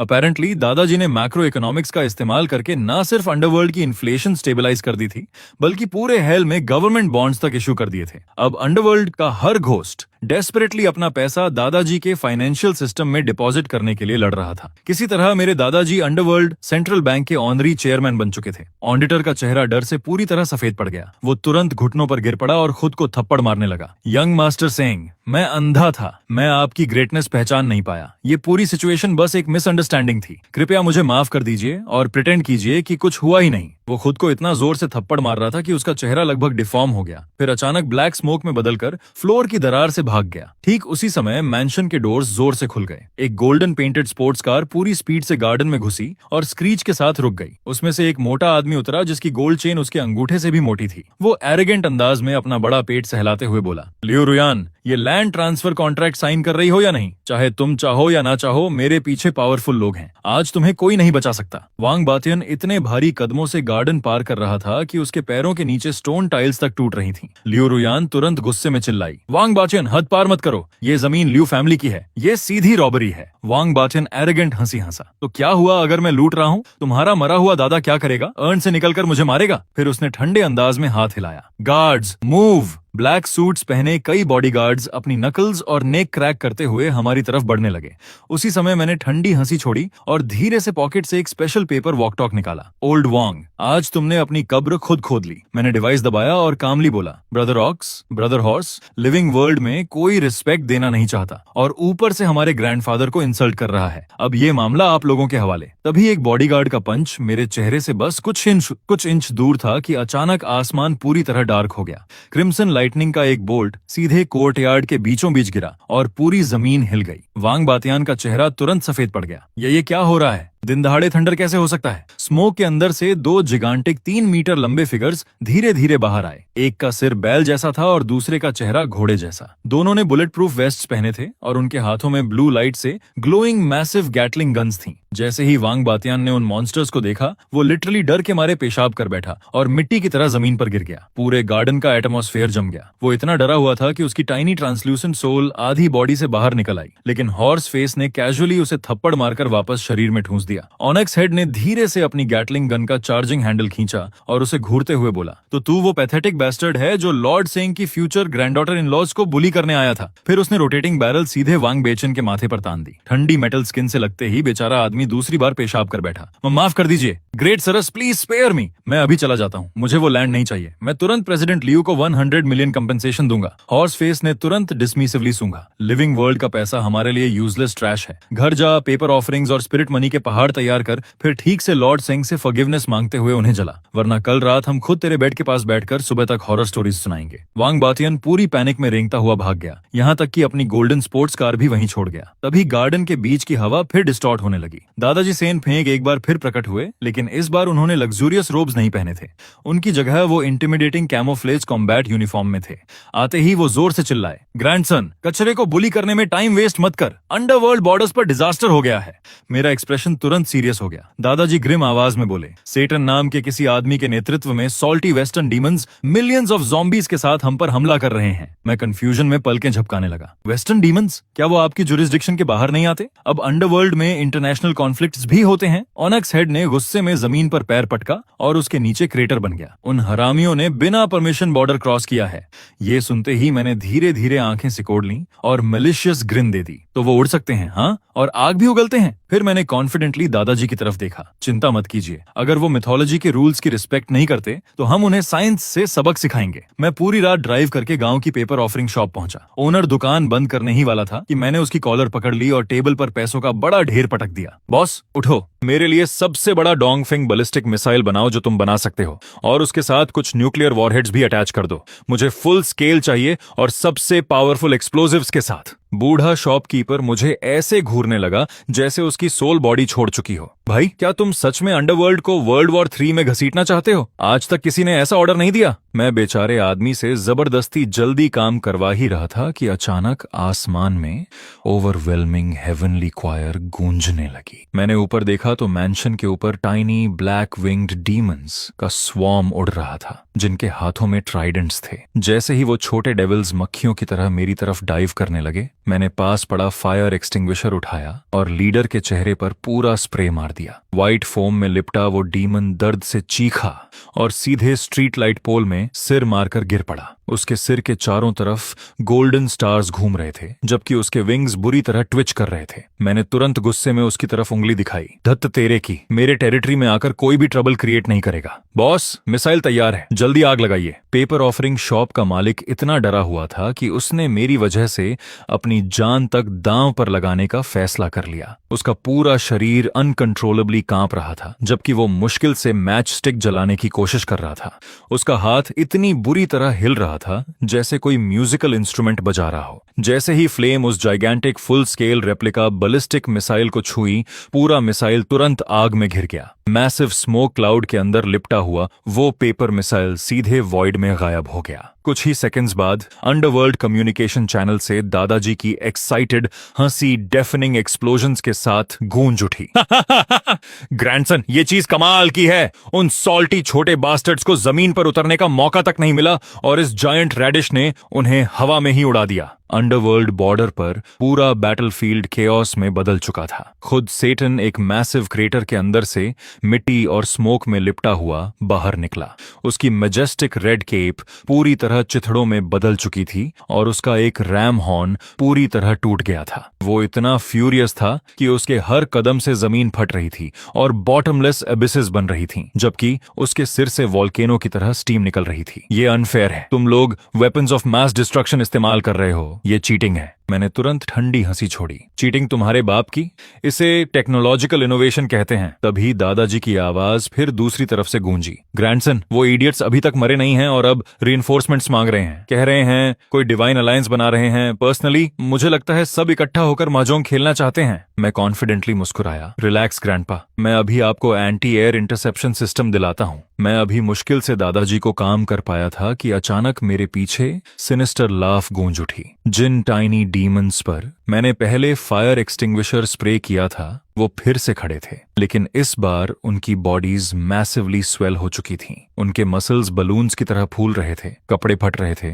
और अंदर डिस्गस्टिंग पर्पल फ्लैश दिख रही थी। लियू रुयान तुरंत नर्वस होकर पीछे हट गई। केयरफुल, लगता है ये म्यूटेट हो गए हैं। मैंने कॉन्फिडेंटली अपनी नेक क्रैक की। म्यूटेटेड माई फुट, बस सूज गए हैं। फिर मैंने ड्रामेटिक अंदाज में लियू रुयान को पीछे खींच लिया। पीछे हटो और अपने हस्बैंड को इन्हें इंटर डायमेंशनल इलेक्ट्रोशॉक लेसन देते हुए देखो। ऑनेस्टली एक्साइटमेंट से मेरे कान तक खुजला रहे थे, लेकिन जैसे ही वो जायंट डीमंस मुझ पर अटैक करने वाले थे, उनकी बॉडीज अचानक फ्रीज हो गईं, जैसे किसी ने पॉज बटन दबा दिया हो। फिर वो वायलेंटली कांपने लगे और लाउड पॉपिंग साउंड्स के साथ वापस नॉर्मल साइज में श्रिंक होने लगे। तभी उनमें से एक ने अचानक रिस्पेक्टफुल आवाज में कहा, mister Singh please don't panic, मैं हेड्स हूं, मुझे उन मिसाइल्स में काफी इंटरेस्ट है जो आपने सेन फेंग के लिए बर्न किए थे। अगर आप मेरे लिए ऐसे 1000 मिसाइल्स बर्न कर दें तो मैं आपके लिए इन छोटे पेस्ट्स को खत्म कर सकता हूं। मैं शौक में पलकें झपकाने लगा। वाह, अब वेस्टर्न अंडरवर्ल्ड का रूलर भी आर्म्स रेस ज्वाइन करना चाहता है। फिर मैंने थॉटफुली आर्म्स क्रॉस कर लिए। लेकिन 1000 मिसाइल्स चीप नहीं आते, बदले में आप क्या देंगे? हेड्स तुरंत बोला, मैं आपकी वाइफ को अंडरवर्ल्ड इंश्योरेंस दे सकता हूं। वो सभी डिजीजेस से इम्यून हो जाएगी और हमेशा एटर्नल यूथ मेंटेन करेगी। क्या कहते हैं? लियू रुयान तुरंत एक्साइटमेंट में मेरा आर्म पकड़कर हिलाने लगी। उसके चेहरे की स्माइल ब्लूमिंग फ्लावर से भी ज्यादा ब्राइट थी। लेकिन मैं जवाब देता उससे पहले कम्युनिकेशन चैनल से दादाजी की फ्यूरियस आवाज गूंज उठी, ये चीप विनेगर जैसी स्मेल! हेडीज, तू बूढ़ा बास्टर्ड, मेरे क्लाइंट्स चुराने की हिम्मत कैसे हुई? दादाजी तुरंत मुझ पर चिल्लाए, ग्रैंडसन, इसकी बात मत सुनो। इसका टेरिटरी इतना गरीब है कि वहां डेथ करेंसी तक यूज नहीं होती। ये लोग केवमैन की तरह पत्थरों से ट्रेड करते हैं। ये सब फ्री में चाहता है। हेड्स तुरंत रोर करने लगा, सेनफेंग अपना मुंह बंद रख। इससे पहले कि दोनों इंटरडायमेंशनल शाउटिंग वॉर शुरू कर देते, मैंने जल्दी से बीच में टोक दिया, लॉर्ड हेड्स, मेरे पास अभी 1000 मिसाइल्स रेडी नहीं है, लेकिन मैं आपको कुछ underworld money printing machines burn करके दे सकता हूं। उससे आपको कंप्लीट फाइनेंशियल फ्रीडम मिल जाएगी। क्या कहते हैं? कम्युनिकेशन चैनल पूरे 3 सेकंड्स तक डेड साइलेंट हो गया। हेडीज जेन्युइनली इस ऑफर से स्टन्ड लग रहा था। फिर अचानक दूसरी तरफ से अर्थ शेकिंग लाफ गूंज उठी। अपीरियंटली बेचारा रोज पत्थर गिन गिन कर थक चुका था। डील मिस्टर सिंह, आप सच में जीनियस हैं। गुडविल के तौर पर मैं इन छोटे डीमंस को पर्सनली हैंडल करूंगा। उसके बोलते ही जमीन के नीचे से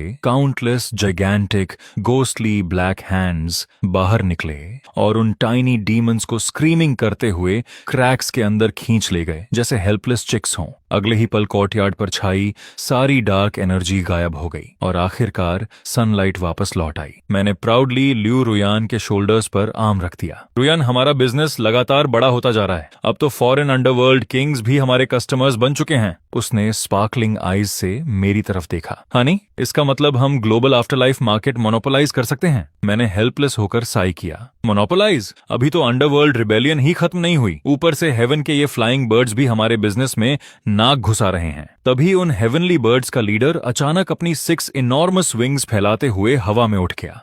उससे निकला विंड प्रेशर इतना टेरिफाइंग था कि हमारी विला की रूफ तक लगभग उड़ गई। उसने अपनी गोल्डन सोर्ड सीधे मेरी तरफ पॉइंट की और डिवाइन अथॉरिटी में चिल्लाया, सेंगलिंग, तुमने सीक्रेटली प्रोहिबिटेड वेपन्स अंडरवर्ल्ड में स्मगल किए हैं और डायमेंशंस के बैलेंस को सिवियरली डिसरप्ट किया है। हेवन के नाम पर मैं अब तुम्हें प्यूरिफाई करूंगा। जैसे ही उसने अपनी मैसिव गोल्डन सोर्ड स्विंग की, टेरिफाइंग व्हाइट स्लैश सीधे मेरी तरफ शूट हुआ। मैं चीख पड़ा और तुरंत जमीन पर डाइव मारकर रोल करते हुए लियू रुयान के पीछे छिप गया। उसके माथे की नसें तुरंत गुस्से से उभर आईं। उसने आसमान की तरफ उंगली दिखाकर फ्यूरियस आवाज में चिल्लाया, प्यूरिफाई अपने सिर को, इडियट! दिखाई नहीं दे रहा हम यहाँ हार्मोनियस अंडरवर्ल्ड बिल्ड करने में बिजी हैं? फिर उसने प्रोटेक्टिव अंदाज में मेरा आर्म पकड़ लिया और ऊपर देकर दोबारा चिल्लाई, अगर मेरे हस्बैंड को प्यूरिफाई करना है तो पहले उसके ग्रैंडफादर से परमिशन लेकर आओ। मैंने तुरंत स्पेशल फोर्सेस पेपर ऑफरिंग्स का मैसिव बंडल निकाला और जोर से चिल्लाया, ब्रदर ऑक्स, ब्रदर हॉर्स, हमारे गेस्ट्स का स्वागत करो। अगले ही इंस्टेंट ऑक्स हेड और हॉर्स फेस फिर से जमीन के अंदर से बाहर फट पड़े।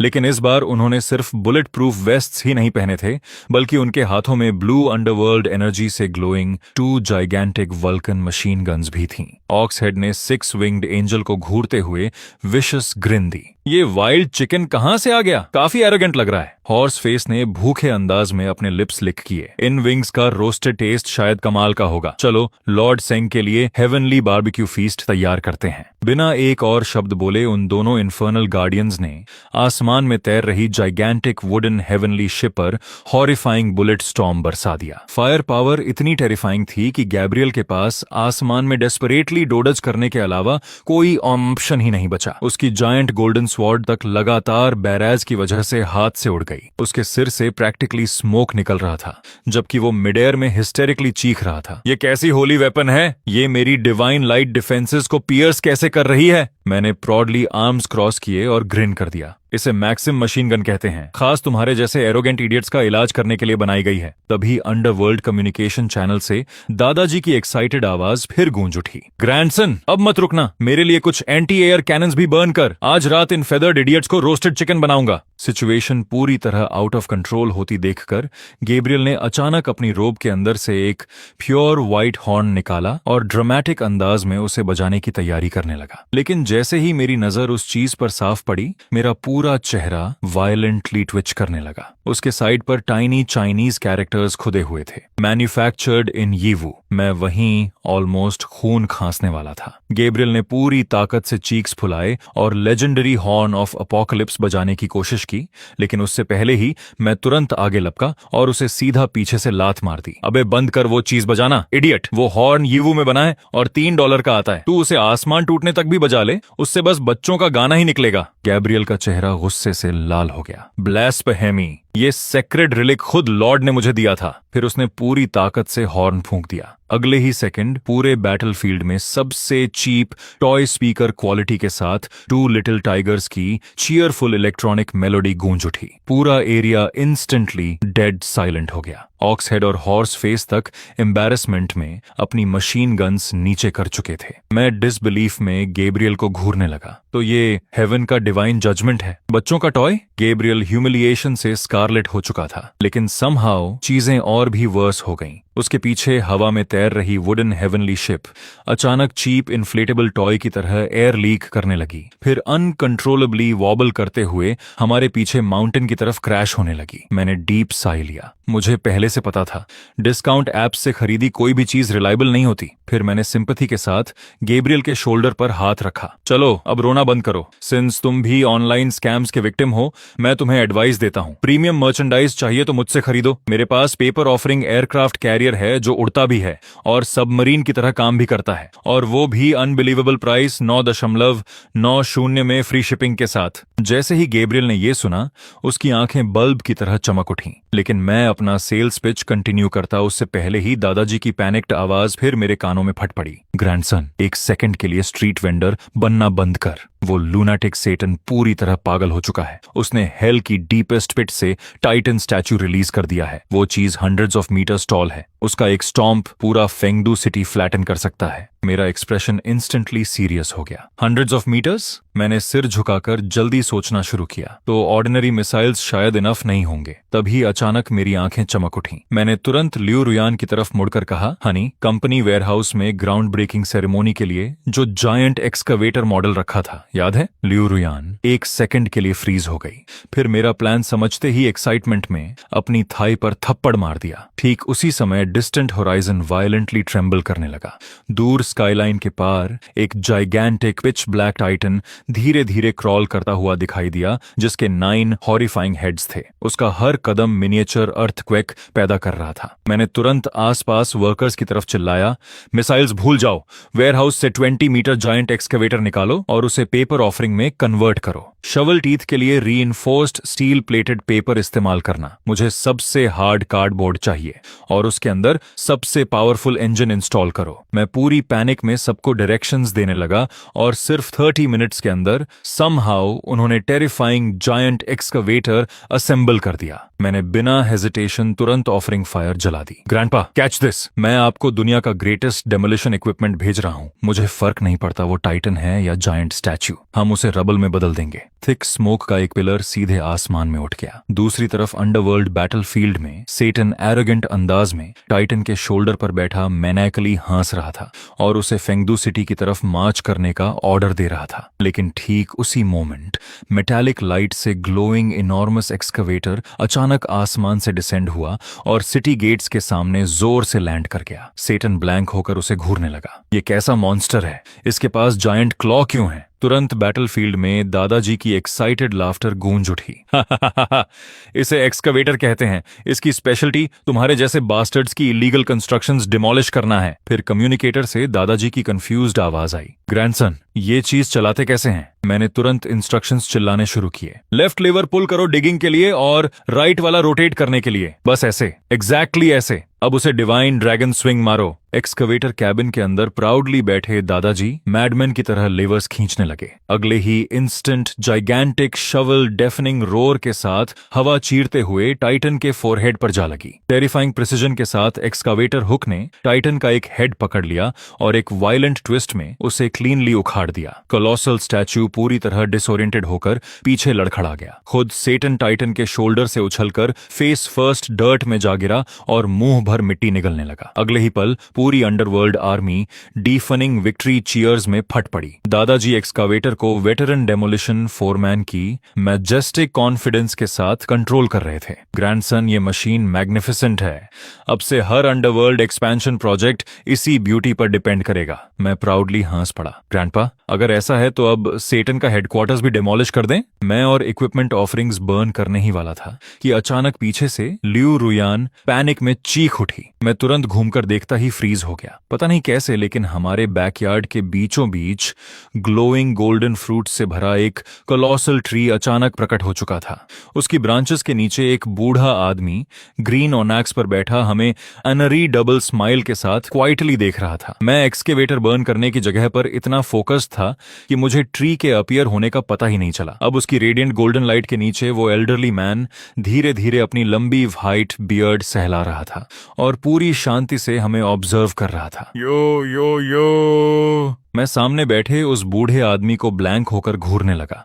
उसकी बियर्ड इतनी अब्सर्डली लंबी थी कि लगभग उसके पैरों को छू रही थी और उसके सिर के ऊपर व्हाइट स्मोक का फेंट हेलो तैर रहा था, बिल्कुल किसी कल्टीवेशन एनिमे वाले इमॉर्टल ऑरा की तरह। मैंने पास रखा ब्रूम कसकर पकड़ लिया और प्रोटेक्टिव अंदाज में रुयान के सामने खड़ा हो गया। ओए बूढ़े, तुम आखिर हो कौन? वो ट्री मेरी प्रॉपर्टी पर है, ये ट्रेसपासिंग है। अगर अभी नहीं गए तो मैं पुलिस बुला दूंगा। बूढ़ा आदमी बिल्कुल भी गुस्सा नहीं हुआ, उल्टा वो कामली हंस पड़ा और अपनी ड्राई वुडन कैन से जमीन पर हल्का टैप किया। अगले ही पल हमारे पैरों के नीचे की ग्रास कलरफुल फ्लावर्स के समंदर में बदल गई और उन्होंने मिलकर giant Chinese character for virtue बना दिया। मेरी स्कैल्प तुरंत नम हो गई। बूढ़ा कामली मुस्कुराया। इतना एजिटेटेड होने की जरूरत नहीं लिटिल फ्रेंड, मैं बस रास्ते से गुजर रहा था। मैंने इस ट्री की स्पिरिचुअल लाइट को सीधे हेवेंस तक उठते देखा, इसीलिए एक कप टी मांगने आ गया। तुम्हारा ये ट्री कोई ऑर्डिनरी चीज नहीं है, ये सीधे हेवनली रेल्म से कनेक्टेड सिग्नल टावर की तरह काम करता है और कोइंसिडेंस से यही मेरा लैंडिंग पॉइंट निकला। पता नहीं क्यों, लेकिन मेरी एटीट्यूड से बूढ़ा थोड़ा ऑफेंडेड लगने लगा, जैसे इरिटेशन में उसकी सांस अटक रही हो। उसकी बियर्ड प्रैक्टिकली नोज तक पफ हो गई और जब उसने गुस्से में जमीन पर पैर पटका तो वहां डीप क्रेटर बन गया। लेकिन मैं रिएक्ट करता उससे पहले ही वॉइड से दादाजी की आवाज फिर थंडर की तरह गूंज उठी। बस इस बार उनका टोन अनबिलीवेबली रिस्पेक्टफुल था। उनकी आवाज में डर तक सुनाई दे रहा था। ग्रैंडसन, तुरंत घुटनों पर बैठ। वो ग्रेट एंसेस्टर खुद हैं। अंडरवर्ल्ड में हमने जो वेपन स्मगलिंग का तमाशा मचाया था वो इतना बड़ा हो गया कि अपर हेवेंस तक अलर्ट हो गए। वो इंटरडिमेंशनल कॉपरेशन नेगोशिएट करने आए हैं। मेरा ब्रेन लगभग शॉर्ट सर्किट हो गया। इंटरडायमेंशनल कॉपरेशन, ग्रेट एंसेस्टर, रुकिए, हेवन भी मुझसे बिजनेस करना चाहता है। कहीं गॉड्स को भी गैटलिंग मशीन गन्स तो नहीं चाहिए? मैंने तुरंत ब्रूम एक तरफ फेंका और परफेक्ट 90 डिग्री बो मार दिया।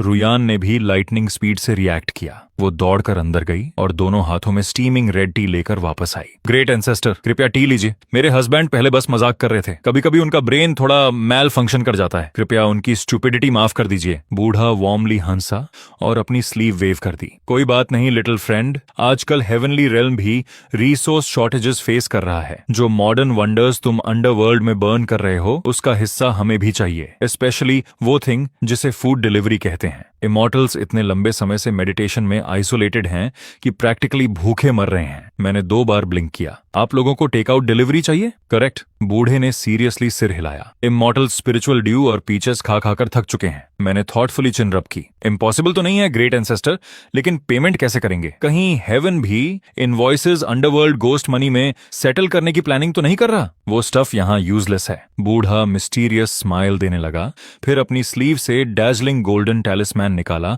और हवा में जेंटली वेव किया। अगर तुम हमारे लिए exclusive heavenly food delivery system burn कर दो तो मैं तुम्हें ये ट्रूथ टैलिस्मैन दूंगा। इसमें डेड को बोलने पर मजबूर करने और लिविंग को फॉर्चून तथा डिजास्टर फॉरसी करने की पावर है। मेरी आंखें तुरंत चमक उठी। मैं अभी टैलिस्मैन ग्रैब करने ही वाला था कि अचानक पूरा बैकयार्ड वॉल डेफनिंग क्रैश के साथ एक्सप्लोड हो गया। थिक मेसी बियर्ड वाला जाइगेंटिक आदमी 2 इनॉर्मस बैटल एक्सेस लेकर कोर्टयार्ड में कूद पड़ा। उसने सीधे बूढ़े की तरफ पॉइंट किया और फ्यूरियस आवाज में गरजा, ओल्डली, मैं तुम्हें ये बिजनेस डील मोनोपोलाइज नहीं करने दूंगा। मैं बस ब्लैंक होकर उस जायंट एक्स विल्डिंग मॉन्स्टर को घूरता रह गया जो मेरे बैकयार्ड में घुस चुका था, जबकि मेरा ब्रेन धीरे धीरे मेल्ट हो रहा था। क्या गॉड्स के बीच अब बैकडोर से घुसना ट्रेंड बन गया है? जायंट ने दोनों एक्सेस जमीन में दे मारे। अगले ही सेकंड अर्थ 2 मैसिव क्रैक्स में स्प्लिट हो गई और ट्रेमर इतना वायलेंट था कि पूरा यार्ड हिल गया। रुयान के हाथ में पकड़ा टी कप तक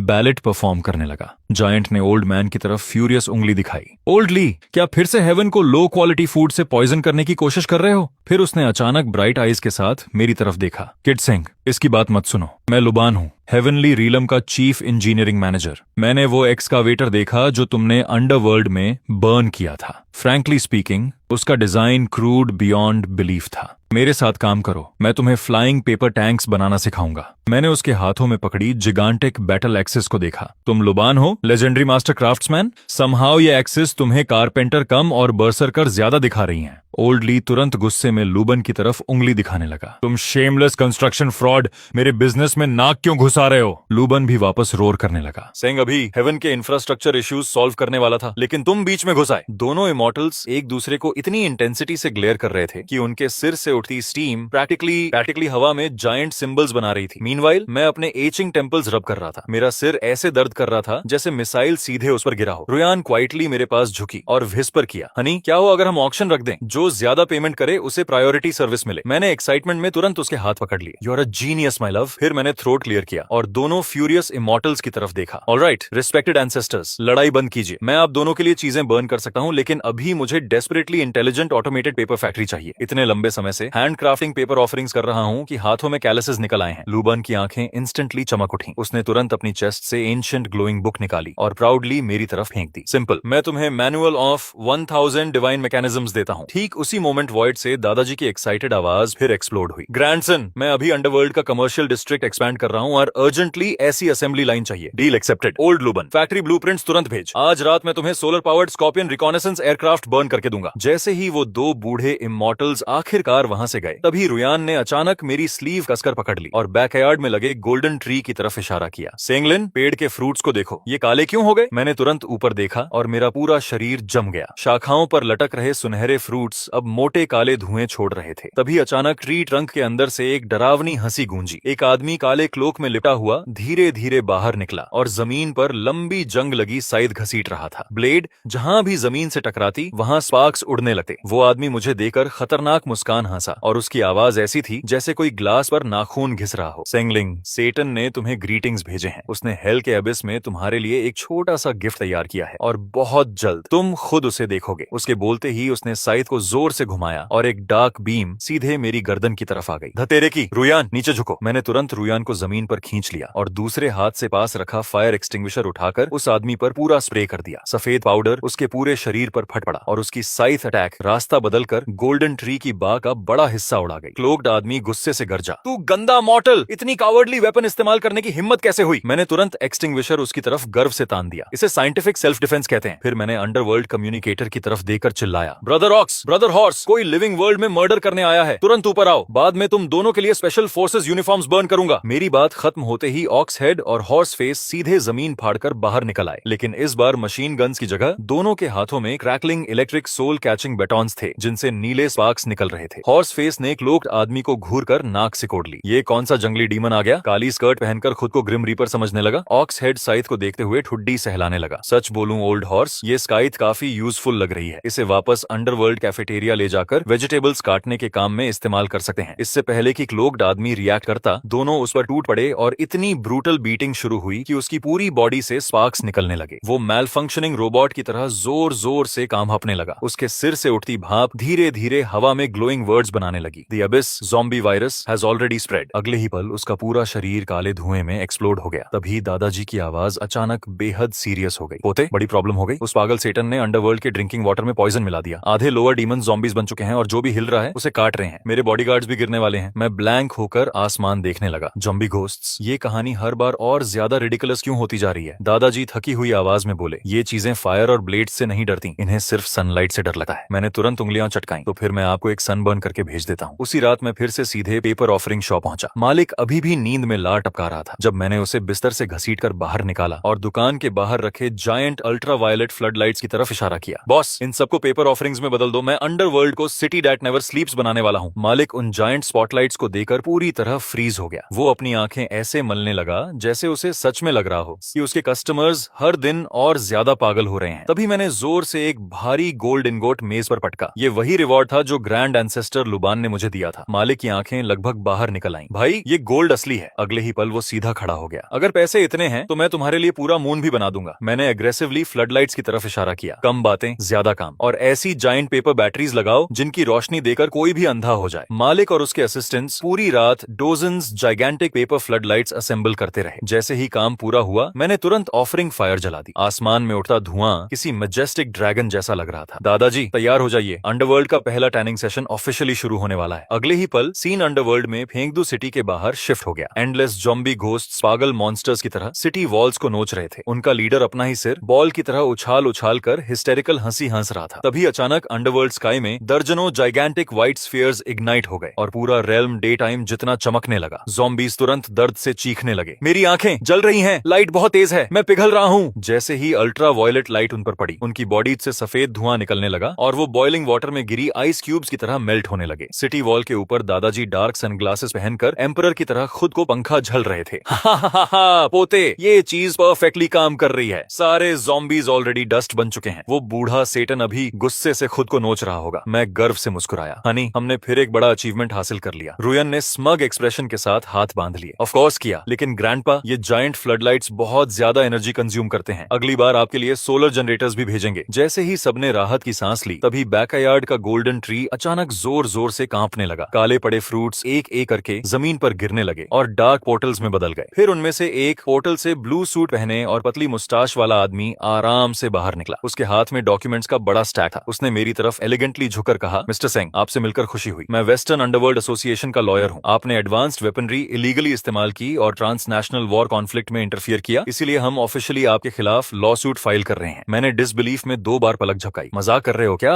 अब वॉर में मरने मारने के साथ लॉयर से भी डील करना पड़ेगा? उस आदमी ने ग्लासेस ठीक किए और लेंसेज पर ऑमिनस रिफ्लेक्शन चमक उठा। Mister Singh, international underworld convention के आर्टिकल 38 के अनुसार आपने बैटलफील्ड में lethal non magical weaponry supply की, जिससे वॉरफेयर की फेयरनेस को गंभीर नुकसान पहुंचा। इसीलिए आपको अंडरवर्ल्ड कोर्ट में ट्रायल के लिए हमारे साथ चलना होगा। मेरे माथे की नसें तुरंत फूल गईं। ट्रायल? मैंने कुछ जायंट लाइट बल्ब्स बर्न किए और अचानक क्रिमिनल बन गया। लेकिन जब तुम्हारे प्रेशियस सैटर्न ने पानी में पॉइजन मिलाया था, तब तुम्हारे सारे लीगल एक्सपर्ट्स जस्टिस का लेक्चर देने कहां गए थे? गुस्से में मैंने इतना जोर से पैर पटका कि नीचे की फ्लोर टाइल टूटकर बिखर गई। लॉयर ने शांत चेहरे के साथ अपने सूट से सिल्वर गेवल निकाला और हवा में एक बार ठोक दिया। मिस्टर सैटर्न के एक्शंस बायोकेमिकल एक्सपेरिमेंटेशन क्लासिफाई किए गए थे। वो एकेडमिक रिसर्च के अंतर्गत आता है, लेकिन आपके एक्शंस ब्लांट स्मगलिंग माने जाएंगे। मैं लगभग गुस्से से फट पड़ा। ये पूरी तरह बकवास है। इतना शमेलेस डबल स्टैंडर्ड मैंने जिंदगी में नहीं देखा। तभी रुयान ने गुस्से में मेरी बांह पकड़ ली। हनी, इससे बात करके समय बर्बाद मत करो। ब्रदर ऑक्स और ब्रदर हॉर्स से कहो इसे उठाकर बाहर फेंक दें। जैसे ही बैल सिर और घोड़ा चेहरा आगे बढ़ने वाले थे, तभी उस वकील ने अचानक अपने ब्रीफ केस से चमकता हुआ सुनहरा डॉक्यूमेंट निकाला और उसे हवा में ऊंचा उठाकर बोला, ये इंटरनेशनल अरेस्ट वारंट है जिस पर खुद भगवान और लॉर्ड यम के सिग्नेचर्स हैं। क्या तुम लोग आदेश मानने से इनकार करोगे? तभी जमीन के नीचे से दादाजी की गुस्से भरी दहाड़ गूंज उठी। बकवास, मैंने ऐसा कोई कागज साइन नहीं किया। पोते, ये साफ नकली है। मैं बस हाथ बांधकर ठंडी हंसी हंसा। ऑफिशियल डॉक्यूमेंट्स फौज कर रहे हो? दोस्त, तुम्हारे प्रोफेशनल स्टैंडर्ड्स काफी घटिया हैं। फिर मैंने सीधे वकील की तरफ उंगली उठाई। Brother ox, brother horse, fraud बहुत बड़ा क्राइम है। पहले इसे आधा मारो, फिर 18वें नरक में फेंक देना ताकि असली कानून पढ़ सके। मेरी बात सुनते ही बैल सिर और घोड़ा चेहरा उंगलियां चटकाते हुए डरावनी हंसी हंसने लगे और धीरे धीरे वकील को घेर लिया। लेकिन तभी उस वकील का चेहरा अचानक भयानक तरीके से मुड़ने लगा और उसका पूरा शरीर तेजी से फूलने लगा। उसका महंगा नीला सूट फटकर टुकड़ों में बिखर गया और अगले ही पल वो 3 सिर और 6 ताकतवर बाहों वाला डरावना मॉन्स्टर बन चुका था। उसके एक सिर ने दांत दिखाते हुए कहा, जब डिप्लोमेसी फेल हो गई तो अब हम सीधा ताकत इस्तेमाल करेंगे। सेंगलिंग, महान लॉर्ड सेटन ने कहा है कि अगर तुम्हें जिंदा पकड़ लिया गया तो पूरा अंडरवर्ल्ड उसका हो जाएगा। मैं लगभग खांस पड़ा। अब वकील भी ट्रांसफॉर्म होने लगे। मैंने तुरंत रुयान की तरफ मुड़कर चिल्लाया, जल्दी मेरी स्पेशल पीचवुड डीमन स्लेइंग स्वॉर्ड लाओ। रुयान भागते हुए अंदर गई और तलवार मेरी तरफ फेंक दी, लेकिन जैसे ही मैंने उसे देखा मेरा चेहरा जम गया। हैंडल पर लगा छोटा स्टिकर कमजोर रोशनी में ब्लिंक कर रहा था, लो बैटरी। उसी पल वो 6 बाहों वाला मॉन्स्टर मेरी तरफ झपटा। उसके सड़े हुए मांस की बदबू से मुझे वहीं उल्टी आने वाली थी, लेकिन ठीक उसी क्राइसिस के बीच मेरे दिमाग में अचानक एक जबरदस्त आइडिया आया। मुझे अपनी पॉकेट में रखा अल्ट्रा कैपेसिटी पावर बैंक याद आ गया और मैंने जोर से अपनी जांघ पर हाथ मारा। रुयान, जल्दी फास्ट चार्जिंग केबल दो, इस तलवार को स्पेशल अटैक चलाने के लिए एक्सटर्नल पावर चाहिए। रुयान घबराकर अपने हैंडबैग में खोजने लगी और आखिरकार केबल निकालकर सीधे स्वॉर्ड के हैंडल में लगा दी। क्लिक। अगले ही पल पीचवुड स्वॉर्ड से कान फाड़ देने वाली इलेक्ट्रिक चीख निकली और पूरी ब्लेड चमकती हुई बैंगनी लाइटनिंग से ढक गई। बिजली के झटके से मेरे बाल गुस्से में खड़े साही जैसे सीधे ऊपर खड़े हो गए। 6 बाहों वाला मॉन्स्टर मजाक उड़ाते हुए गरजा, तुम सोचते हो पोर्टेबल चार्जर मुझे रोक देगा? मैं कोई वॉइस कंट्रोल्ड लाइट बल्ब हूं क्या? मैंने चमकती हुई तलवार उसकी तरफ तान दी और खतरनाक मुस्कान के साथ बोला, ये 50,000 मिलियम्प फास्ट चार्जिंग है हरामी, अब करंट खा। मैंने पीचवुड स्वॉर्ड को ऊपर उठाकर सीधे उसकी तरफ डेडी स्वीपिंग स्ट्राइक छोड़ा। पलक झपकते ही ब्लेड से निकला विशाल लाइटनिंग ब्लास्ट उसके पेट में जाकर टकराया। इम्पैक्ट इतना जोरदार था कि वो हेलीकॉप्टर की तरह हवा में घूमता हुआ दूर जा गिरा। उसके शरीर से काला धुआं निकलने लगा और उसके सिर के ऊपर उठती भाप ने हवा में एक चमकता हुआ शब्द बना दिया, पेन। बैल सिर शॉक्ड होकर बोला, धतेरे की, ये चीज अंडरवर्ल्ड ट्राइब्यूलेशन से भी ज्यादा खतरनाक है। घोड़ा चेहरा गंभीर होकर सिर हिलाने लगा। लगता है अब से घोस्ट पकड़ने जाते वक्त पावर बैंक भी साथ रखना पड़ेगा। फिर उसने जमीन पर लौट रहे मॉन्स्टर की तरफ इशारा किया, ओल्ड ऑक्स, इस वकील को देख, पूरा रोस्ट होकर काला पड़ गया है। सही रहेगा अगर दादाजी इसे बारबेक्यू बना लें। वो मॉन्स्टर वकील दर्द भरी चीख मारते हुए वापस इंसानी रूप में सिकुड़ गया और टेल दबाकर टेलीपोर्टेशन पोर्टल के अंदर भाग गया। मैंने माथे का पसीना पोंछा और थकर सोफा पर गिर पड़ा। तभी जमीन के नीचे से दादाजी जोर जोर से हंसने लगे। पोते, शानदार काम। ये इलेक्ट्रिक पीचवुड स्वॉर्ड सच में डायमेंशन डिफाइंग आर्टिफैक्ट है। बाद में मैं अंडरवर्ल्ड में इस्तेमाल करने के लिए इसका प्रॉपर स्कैबर बनवाऊंगा। मैंने थकी आवाज में कराहते हुए कहा, कृपया मुझे और समस्याएं मत दो, ये चीज बहुत ज्यादा बिजली खाती है। अब शायद मुझे आपके लिए सोलर पैनल भी ढूंढना पड़ेगा। लेकिन दादाजी की अगली बात सुनकर मुझे लगभग स्ट्रोक आने वाला था। वो कमीना सैटर्न अब 3 सिर वाला हेलहॉन्ड बुला चुका है और उसी रात मैं पूरे रेजिडेंशियल डिस्ट्रिक्ट से हाई वोल्टेज इलेक्ट्रिकल इक्विपमेंट उखाड़ने में लगा हुआ था, जबकि बर्ड शॉप वाला मालिक भी मेरे साथ पूरी रात इमरजेंसी प्रोजेक्ट में फंसा हुआ था। मैंने लाल आंखों से इलेक्ट्रीशियंस मैनुअल की तरफ इशारा करते हुए कहा, मुझे giant electric dog catching clamps की डजन्स फुल स्केल रेप्लिका चाहिए। मालिक मैनुअल को ऐसे घूर रहा था जैसे उसकी आंखें बाहर निकल जाएंगी। भाई, तुम्हारे ऑर्डर्स हर बार ज्यादा प्रोफेशनल होते जा रहे हैं। पहले मिसाइल्स, अब जायंट डॉग क्लैंप्स। क्या अंडरवर्ल्ड में पेट शॉप्स खोलना नया ट्रेंड बन गया है? मैंने तुरंत मेज पर हाथ पटका। बकवास बंद करो, उस कुत्ते के 3 सिर हैं। क्लैंप्स बहुत बड़े बनाओ और उन पर हाई वोल्टेज वार्निंग साइंस लगाओ। अंदर सबसे पावरफुल कैपेसिटर्स भरो। अगर हम उसे इलेक्ट्रोक्यूट नहीं कर पाए तो खत्म हो जाएंगे। मालिक ने घबराकर निगल लिया और तुरंत काम में लग गया। थोड़ी देर बाद मैंने खुद ऑफरिंग फायर जलाई। दर्जनों विशाल पेपर इलेक्ट्रिक लैंप्स धुएं के साथ उड़ते हुए सीधे अंडरवर्ल्ड की तरफ चले गए। अगले ही पल सीन फिर बदल गया और फेंगदू सिटी के बाहर बैटलफील्ड दिखाई देने लगा। पहाड़ जितना विशाल काला हेलहाउंड शहर की तरफ दौड़ रहा था और उसके तीनों मुंहों से जायंट फायरबॉल्स निकल रहे थे। उसकी दहाड़ से शहर की दीवारें कांपते हुए टूटने लगीं। दादाजी दीवार के ऊपर गर्व से खड़े थे और आगे इशारा करते हुए गरजे, बदतमीज जानवर, थंडर टेक्नोलॉजी और गोस्ट सोल्जर्स की ताकत देख, क्लैंप्स छोड़ दो। उनके आदेश के साथ सिक्योरिटी गार्ड यूनिफॉर्म्स पहने गोस्ट सोल्जर्स दीवारों पर लाइन बनाकर खड़े हो गए और सबके हाथों में मेरे भेजे हुए जायंट इलेक्ट्रिक लैंप्स थे। जैसे ही हेलहॉर्न छलांग लगाकर उनकी तरफ आया, सारे सोल्जर्स ने एक साथ मूव किया। क्लैक। विशाल क्लैंप्स एक साथ उसके तीनों गलों पर बंद हो गए। ज्यादा मत जलाना, दादाजी चिल्लाए, उसका फर जल रहा है। लेकिन तब तक बहुत देर हो चुकी थी। हजारों वोल्ट्स सीधे हेलहॉर्न के शरीर में दौड़ चुके थे। वो विशाल दानव पागलों की तरह उछलने लगा और उसके तीनों सिर आपस में टकराने लगे, जबकि उसकी आंखों के चारों तरफ तारे घूम रहे थे। उसके शरीर से उठती भाप ने हवा में एक चमकता हुआ शब्द बना दिया, डिजी। दादाजी हिस्टेरिकल हंसी हंसने लगे। हा हा हा, पोते, कमाल कर दिया। ये जायंट ब्लैक डॉग अब पालतू पपी जितना ओबीडियंट हो गया है। इसकी पूंछ देख कैसे हिला रहा है। मैं गर्व से मुस्कुराया। दादाजी, अब जब ये ओबीडियंट हो गया है तो इसे अंडरवर्ल्ड के गेट्स गार्ड करने दो। अगर कोई ट्रबल करे तो तुरंत इस कुत्ते को छोड़ देना। वो फॉरेन डीमन जरूर कुछ प्लान कर रहे हैं। और तभी अचानक फ्लॉलेस ब्लैक टक्सीडो पहने एक पीला वेस्टर्न एमिसरी मेरी कोर्टयार्ड में रहस्यमयी तरीके से प्रकट हुआ। उसके हाथ में एलिगेंट केन थी। वो झुकर बोला, मिस्टर सेंग, लॉर्ड सेटन आपको अपनी सिंसियरेस्ट ग्रीटिंग्स भेजते हैं। अगर आप सिर्फ सेनफिंग के लिए वेपन्स बर्न करना बंद कर दें तो मॉर्टल वर्ल्ड में आपको जिंदगी भर इमेंस वेल्थ और प्रॉस्पेरिटी मिलेगी। मैंने ठंडी सांस छोड़कर नाक सिकोड़ ली। सिंसियरेस्ट ग्रीटिंग्स सुनने में तो ऐसा लग रहा है जैसे सब कुछ चाहिए लेकिन बदले में कुछ देना नहीं चाहते। फिर मैंने शांत होकर रुयान की तरफ देखा। हनी, हमारे लीगल डिपार्टमेंट को बुलाओ ताकि ये जेंटलमैन से नेगोशिएशन कर सकें। मैं हल्का मुस्कुराया। और लीगल डिपार्टमेंट से मेरा मतलब ऑब्वियसली ब्रदर ऑक्स और ब्रदर हॉर्स हैं। अगले ही पल 2 विशाल आकृतियां शैडोज से बाहर निकली। दोनों स्पॉटलेस ब्लैक सूट्स और सनग्लासेस पहने हुए थे, जबकि उनके भारी ब्रीफ केसेस ईंटों से भरे हुए थे। उन्हें देखते ही एमिसरी के पैर कांपने लगे। बेलसिर ने सनग्लासेस ठीक करते हुए ठंडी आवाज में में कहा, सबसे पहले प्रपोजल सुनने के लिए मल्टी बिलियन डिपॉजिट लगेगा। घोड़ा चेहरा एमिसरी की नेकटाई को घूरते हुए बोला, ओल्ड डॉक्स, इसकी टाई काफी सॉफ्ट लग रही है, दादाजी के जूते साफ करने के लिए परफेक्ट रहेगी। डरा हुआ एमिसरी पीछे लड़खड़ाकर हट गया और उसकी केन जमीन पर गिर गई। लेकिन उससे पहले कि कोई कुछ और बोलता, जमीन की गहराइयों से दादाजी की आवाज टेरिफाइंग किलिंग इंटेंट के साथ गूंज उठी, पोते, इन पर भरोसा मत करना। उन बेवकूफों ने समिट लोकेशन पर 100,000 फॉलन एंजल्स के साथ एम्बुश तैयार किया है। वो बस तुम्हारे मरने का इंतजार कर रहे हैं। मेरे चेहरे पर धीरे धीरे ठंडी मुस्कान फैल गई। एम्बुश? हाँ, मैंने जोर से अपनी उंगलियां चटकाई। तो फिर हम भी फुल स्केल काउंटर अटैक करेंगे। फिर मैंने कांपते हुए एमिसरी की तरफ देखा। मिस्टर एमिसरी, वापस जाकर सेटन से कहना कि मैं समिट में समय पर पहुंचूंगा। फिर मैं हल्के अंधेरे अंदाज में मुस्कुराया, लेकिन मैं बहुत डरपोक इंसान हूँ, इसीलिए अपने साथ कुछ बॉडीगार्ड्स लेकर आना पसंद करता हूँ। जैसे ही मैं समिट के एंट्रेंस पर पहुंचा, एक गार्ड आगे बढ़ा और सम्मान से बोला, मिस्टर सिंह, समिट के रूल्स के अनुसार आप सिर्फ 2 कंपेनियंस ला सकते हैं, पूरी आर्मी अंदर नहीं जा सकती। मैंने हल्की हंसी छोड़ी और अपनी स्लीव्स ठीक करते हुए जवाब दिया, रिलैक्स, मैं सिर्फ अपने भाई बुल और भाई हॉर्स को लाया हूँ। हालांकि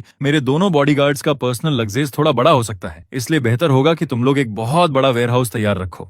ठीक उसी समय दादाजी के मैजिकल आर्टिफैक्ट की मदद से मैंने लिविंग वर्ल्ड के स्पेशल फोर्सेस ट्रेनिंग मैनुअल्स और हजारों टैक्टिकल पेपर हेलमेट्स सीधे अंडरवर्ल्ड में भेज दिए। दादाजी, रिसीव कीजिए, ये हमारी अंडरवर्ल्ड ड्रैगन स्क्वाड का स्पेशल इक्विपमेंट है। ब्रदर बुल और ब्रदर हॉर्स को लीड करने दीजिए और ऐसी आर्मी ट्रेन कराइए जो सबसे कठिन बैटल्स लड़ सके। हमारे परिवार की इज्जत खराब नहीं होनी चाहिए। अगले ही पल सीन अंडरवर्ल्ड ट्रेनिंग ग्राउंड्स में बदल गया, जहां हजारों स्पेक्ट्रल सोल्जर्स मिट्टी में रेंग रहे थे और उनके चेहरों पर काला कैमोफ्लेज पेंट लगा हुआ था। बुल ने लाल आर्म बैंड पहन रखा था और मेगाफोन पकड़कर इतनी जोर से चिल्ला रहा था कि उसका गला बैठने वाला था।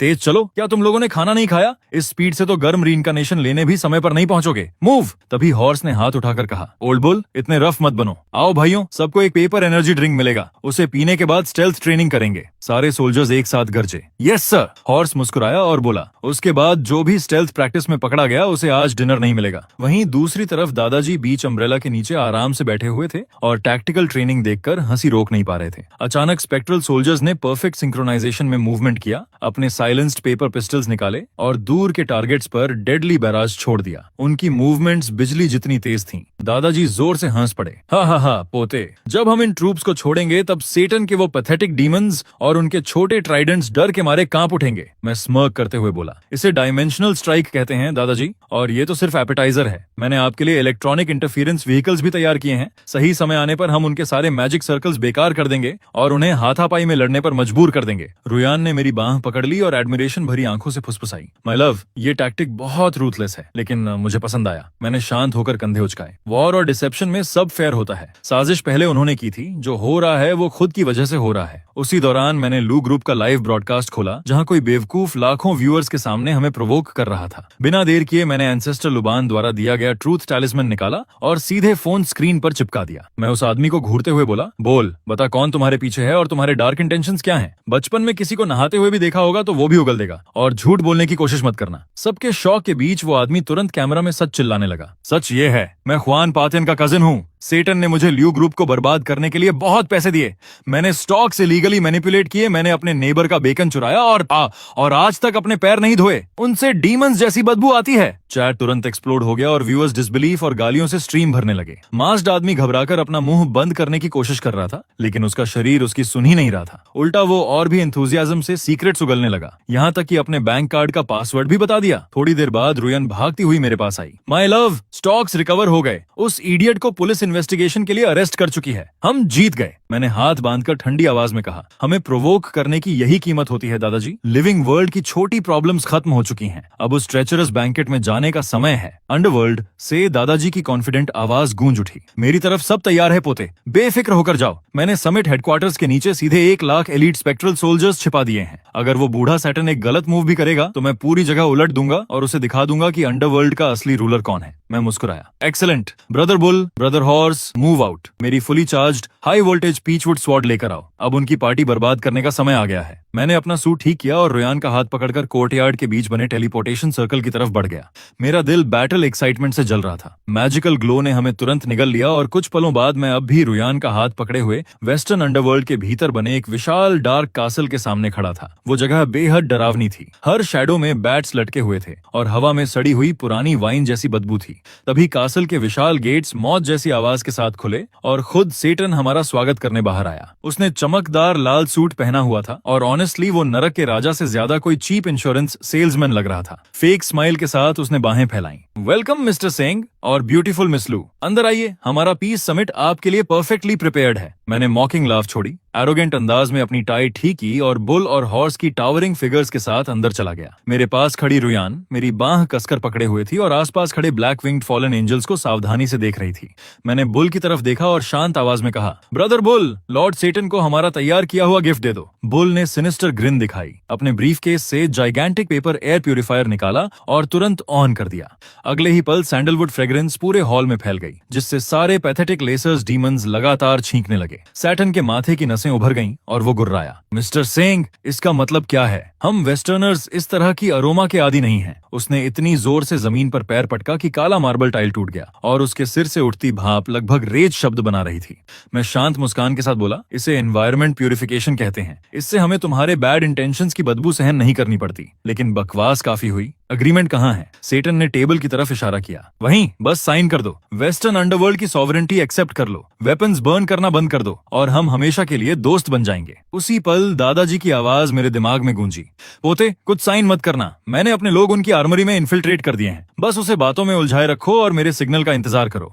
मैंने हल्का सिर हिलाया, तभी मूंछों वाला वही लॉयर फिर गोल्डन पेन लेकर मेरे सामने आ गया। मिस्टर सिंह, जल्दी साइन कर दीजिए। इसके बाद ल्यू ग्रुप दुनिया की नंबर 1 कंपनी बन जाएगी और आप लिविंग वर्ल्ड में अंडरवर्ल्ड के ऑफिशियल स्पोक्स पर्सन बन जाएंगे। मैं मन ही मन ठंडी हंसी हंसा। Spokes person? ज्यादा सही शब्द स्केपगोट होगा। रुयान, वो सुपर ट्रांसलेटर निकालो जो मैंने पहले बर्न किया था और अग्रीमेंट के हिडन रूल्स एक्सपोज करो। मैंने पॉकेट से चमकता पेपर फोन निकाला और कॉन्ट्रैक्ट की तरफ कर दिया। तुरंत एक क्लियर इलेक्ट्रॉनिक वॉइस पूरे हॉल में गूंज उठी और बिना सेंसरशिप के सारे सीक्रेट क्लॉजेस पढ़ने लगी। सेन फेंग की सभी आर्मड फोर्सेस बिना शर्त सरेंडर करेंगी और स्लेव्स की तरह काम करेंगी। ये सुनते ही रुयान का चेहरा गुस्से से लाल हो गया। उसने इतनी जोर से पैर पटका कि जमीन में क्रेटर बन गया और सीधे सैटन की तरफ उंगली दिखाकर चिल्लाई, साले सैटन, इंसान जैसा चेहरा है लेकिन दिल कोयले से भी ज्यादा काला। डार्लिंग, इस अग्रीमेंट को फाड़ देते हैं। सेटन ने तुरंत अपना सूट फाड़ दिया और उसकी पीठ से 6 विशाल काले विंग्स निकल आए, जिन्होंने नेगोशिएशन टेबल को उड़ाकर दूर फेंक दिया। उसका चेहरा रेत से मुड़ गया। अब जब तुम सब जान चुके हो तो दिखावा करने का कोई मतलब नहीं। फॉलन एंजल्स, इन्हें पकड़ो और डीपेस्ट डंजन में फेंक दो। ठीक उसी सेकंड मैंने शांत होकर चार्ज्ड पीच वुड मिरर निकाला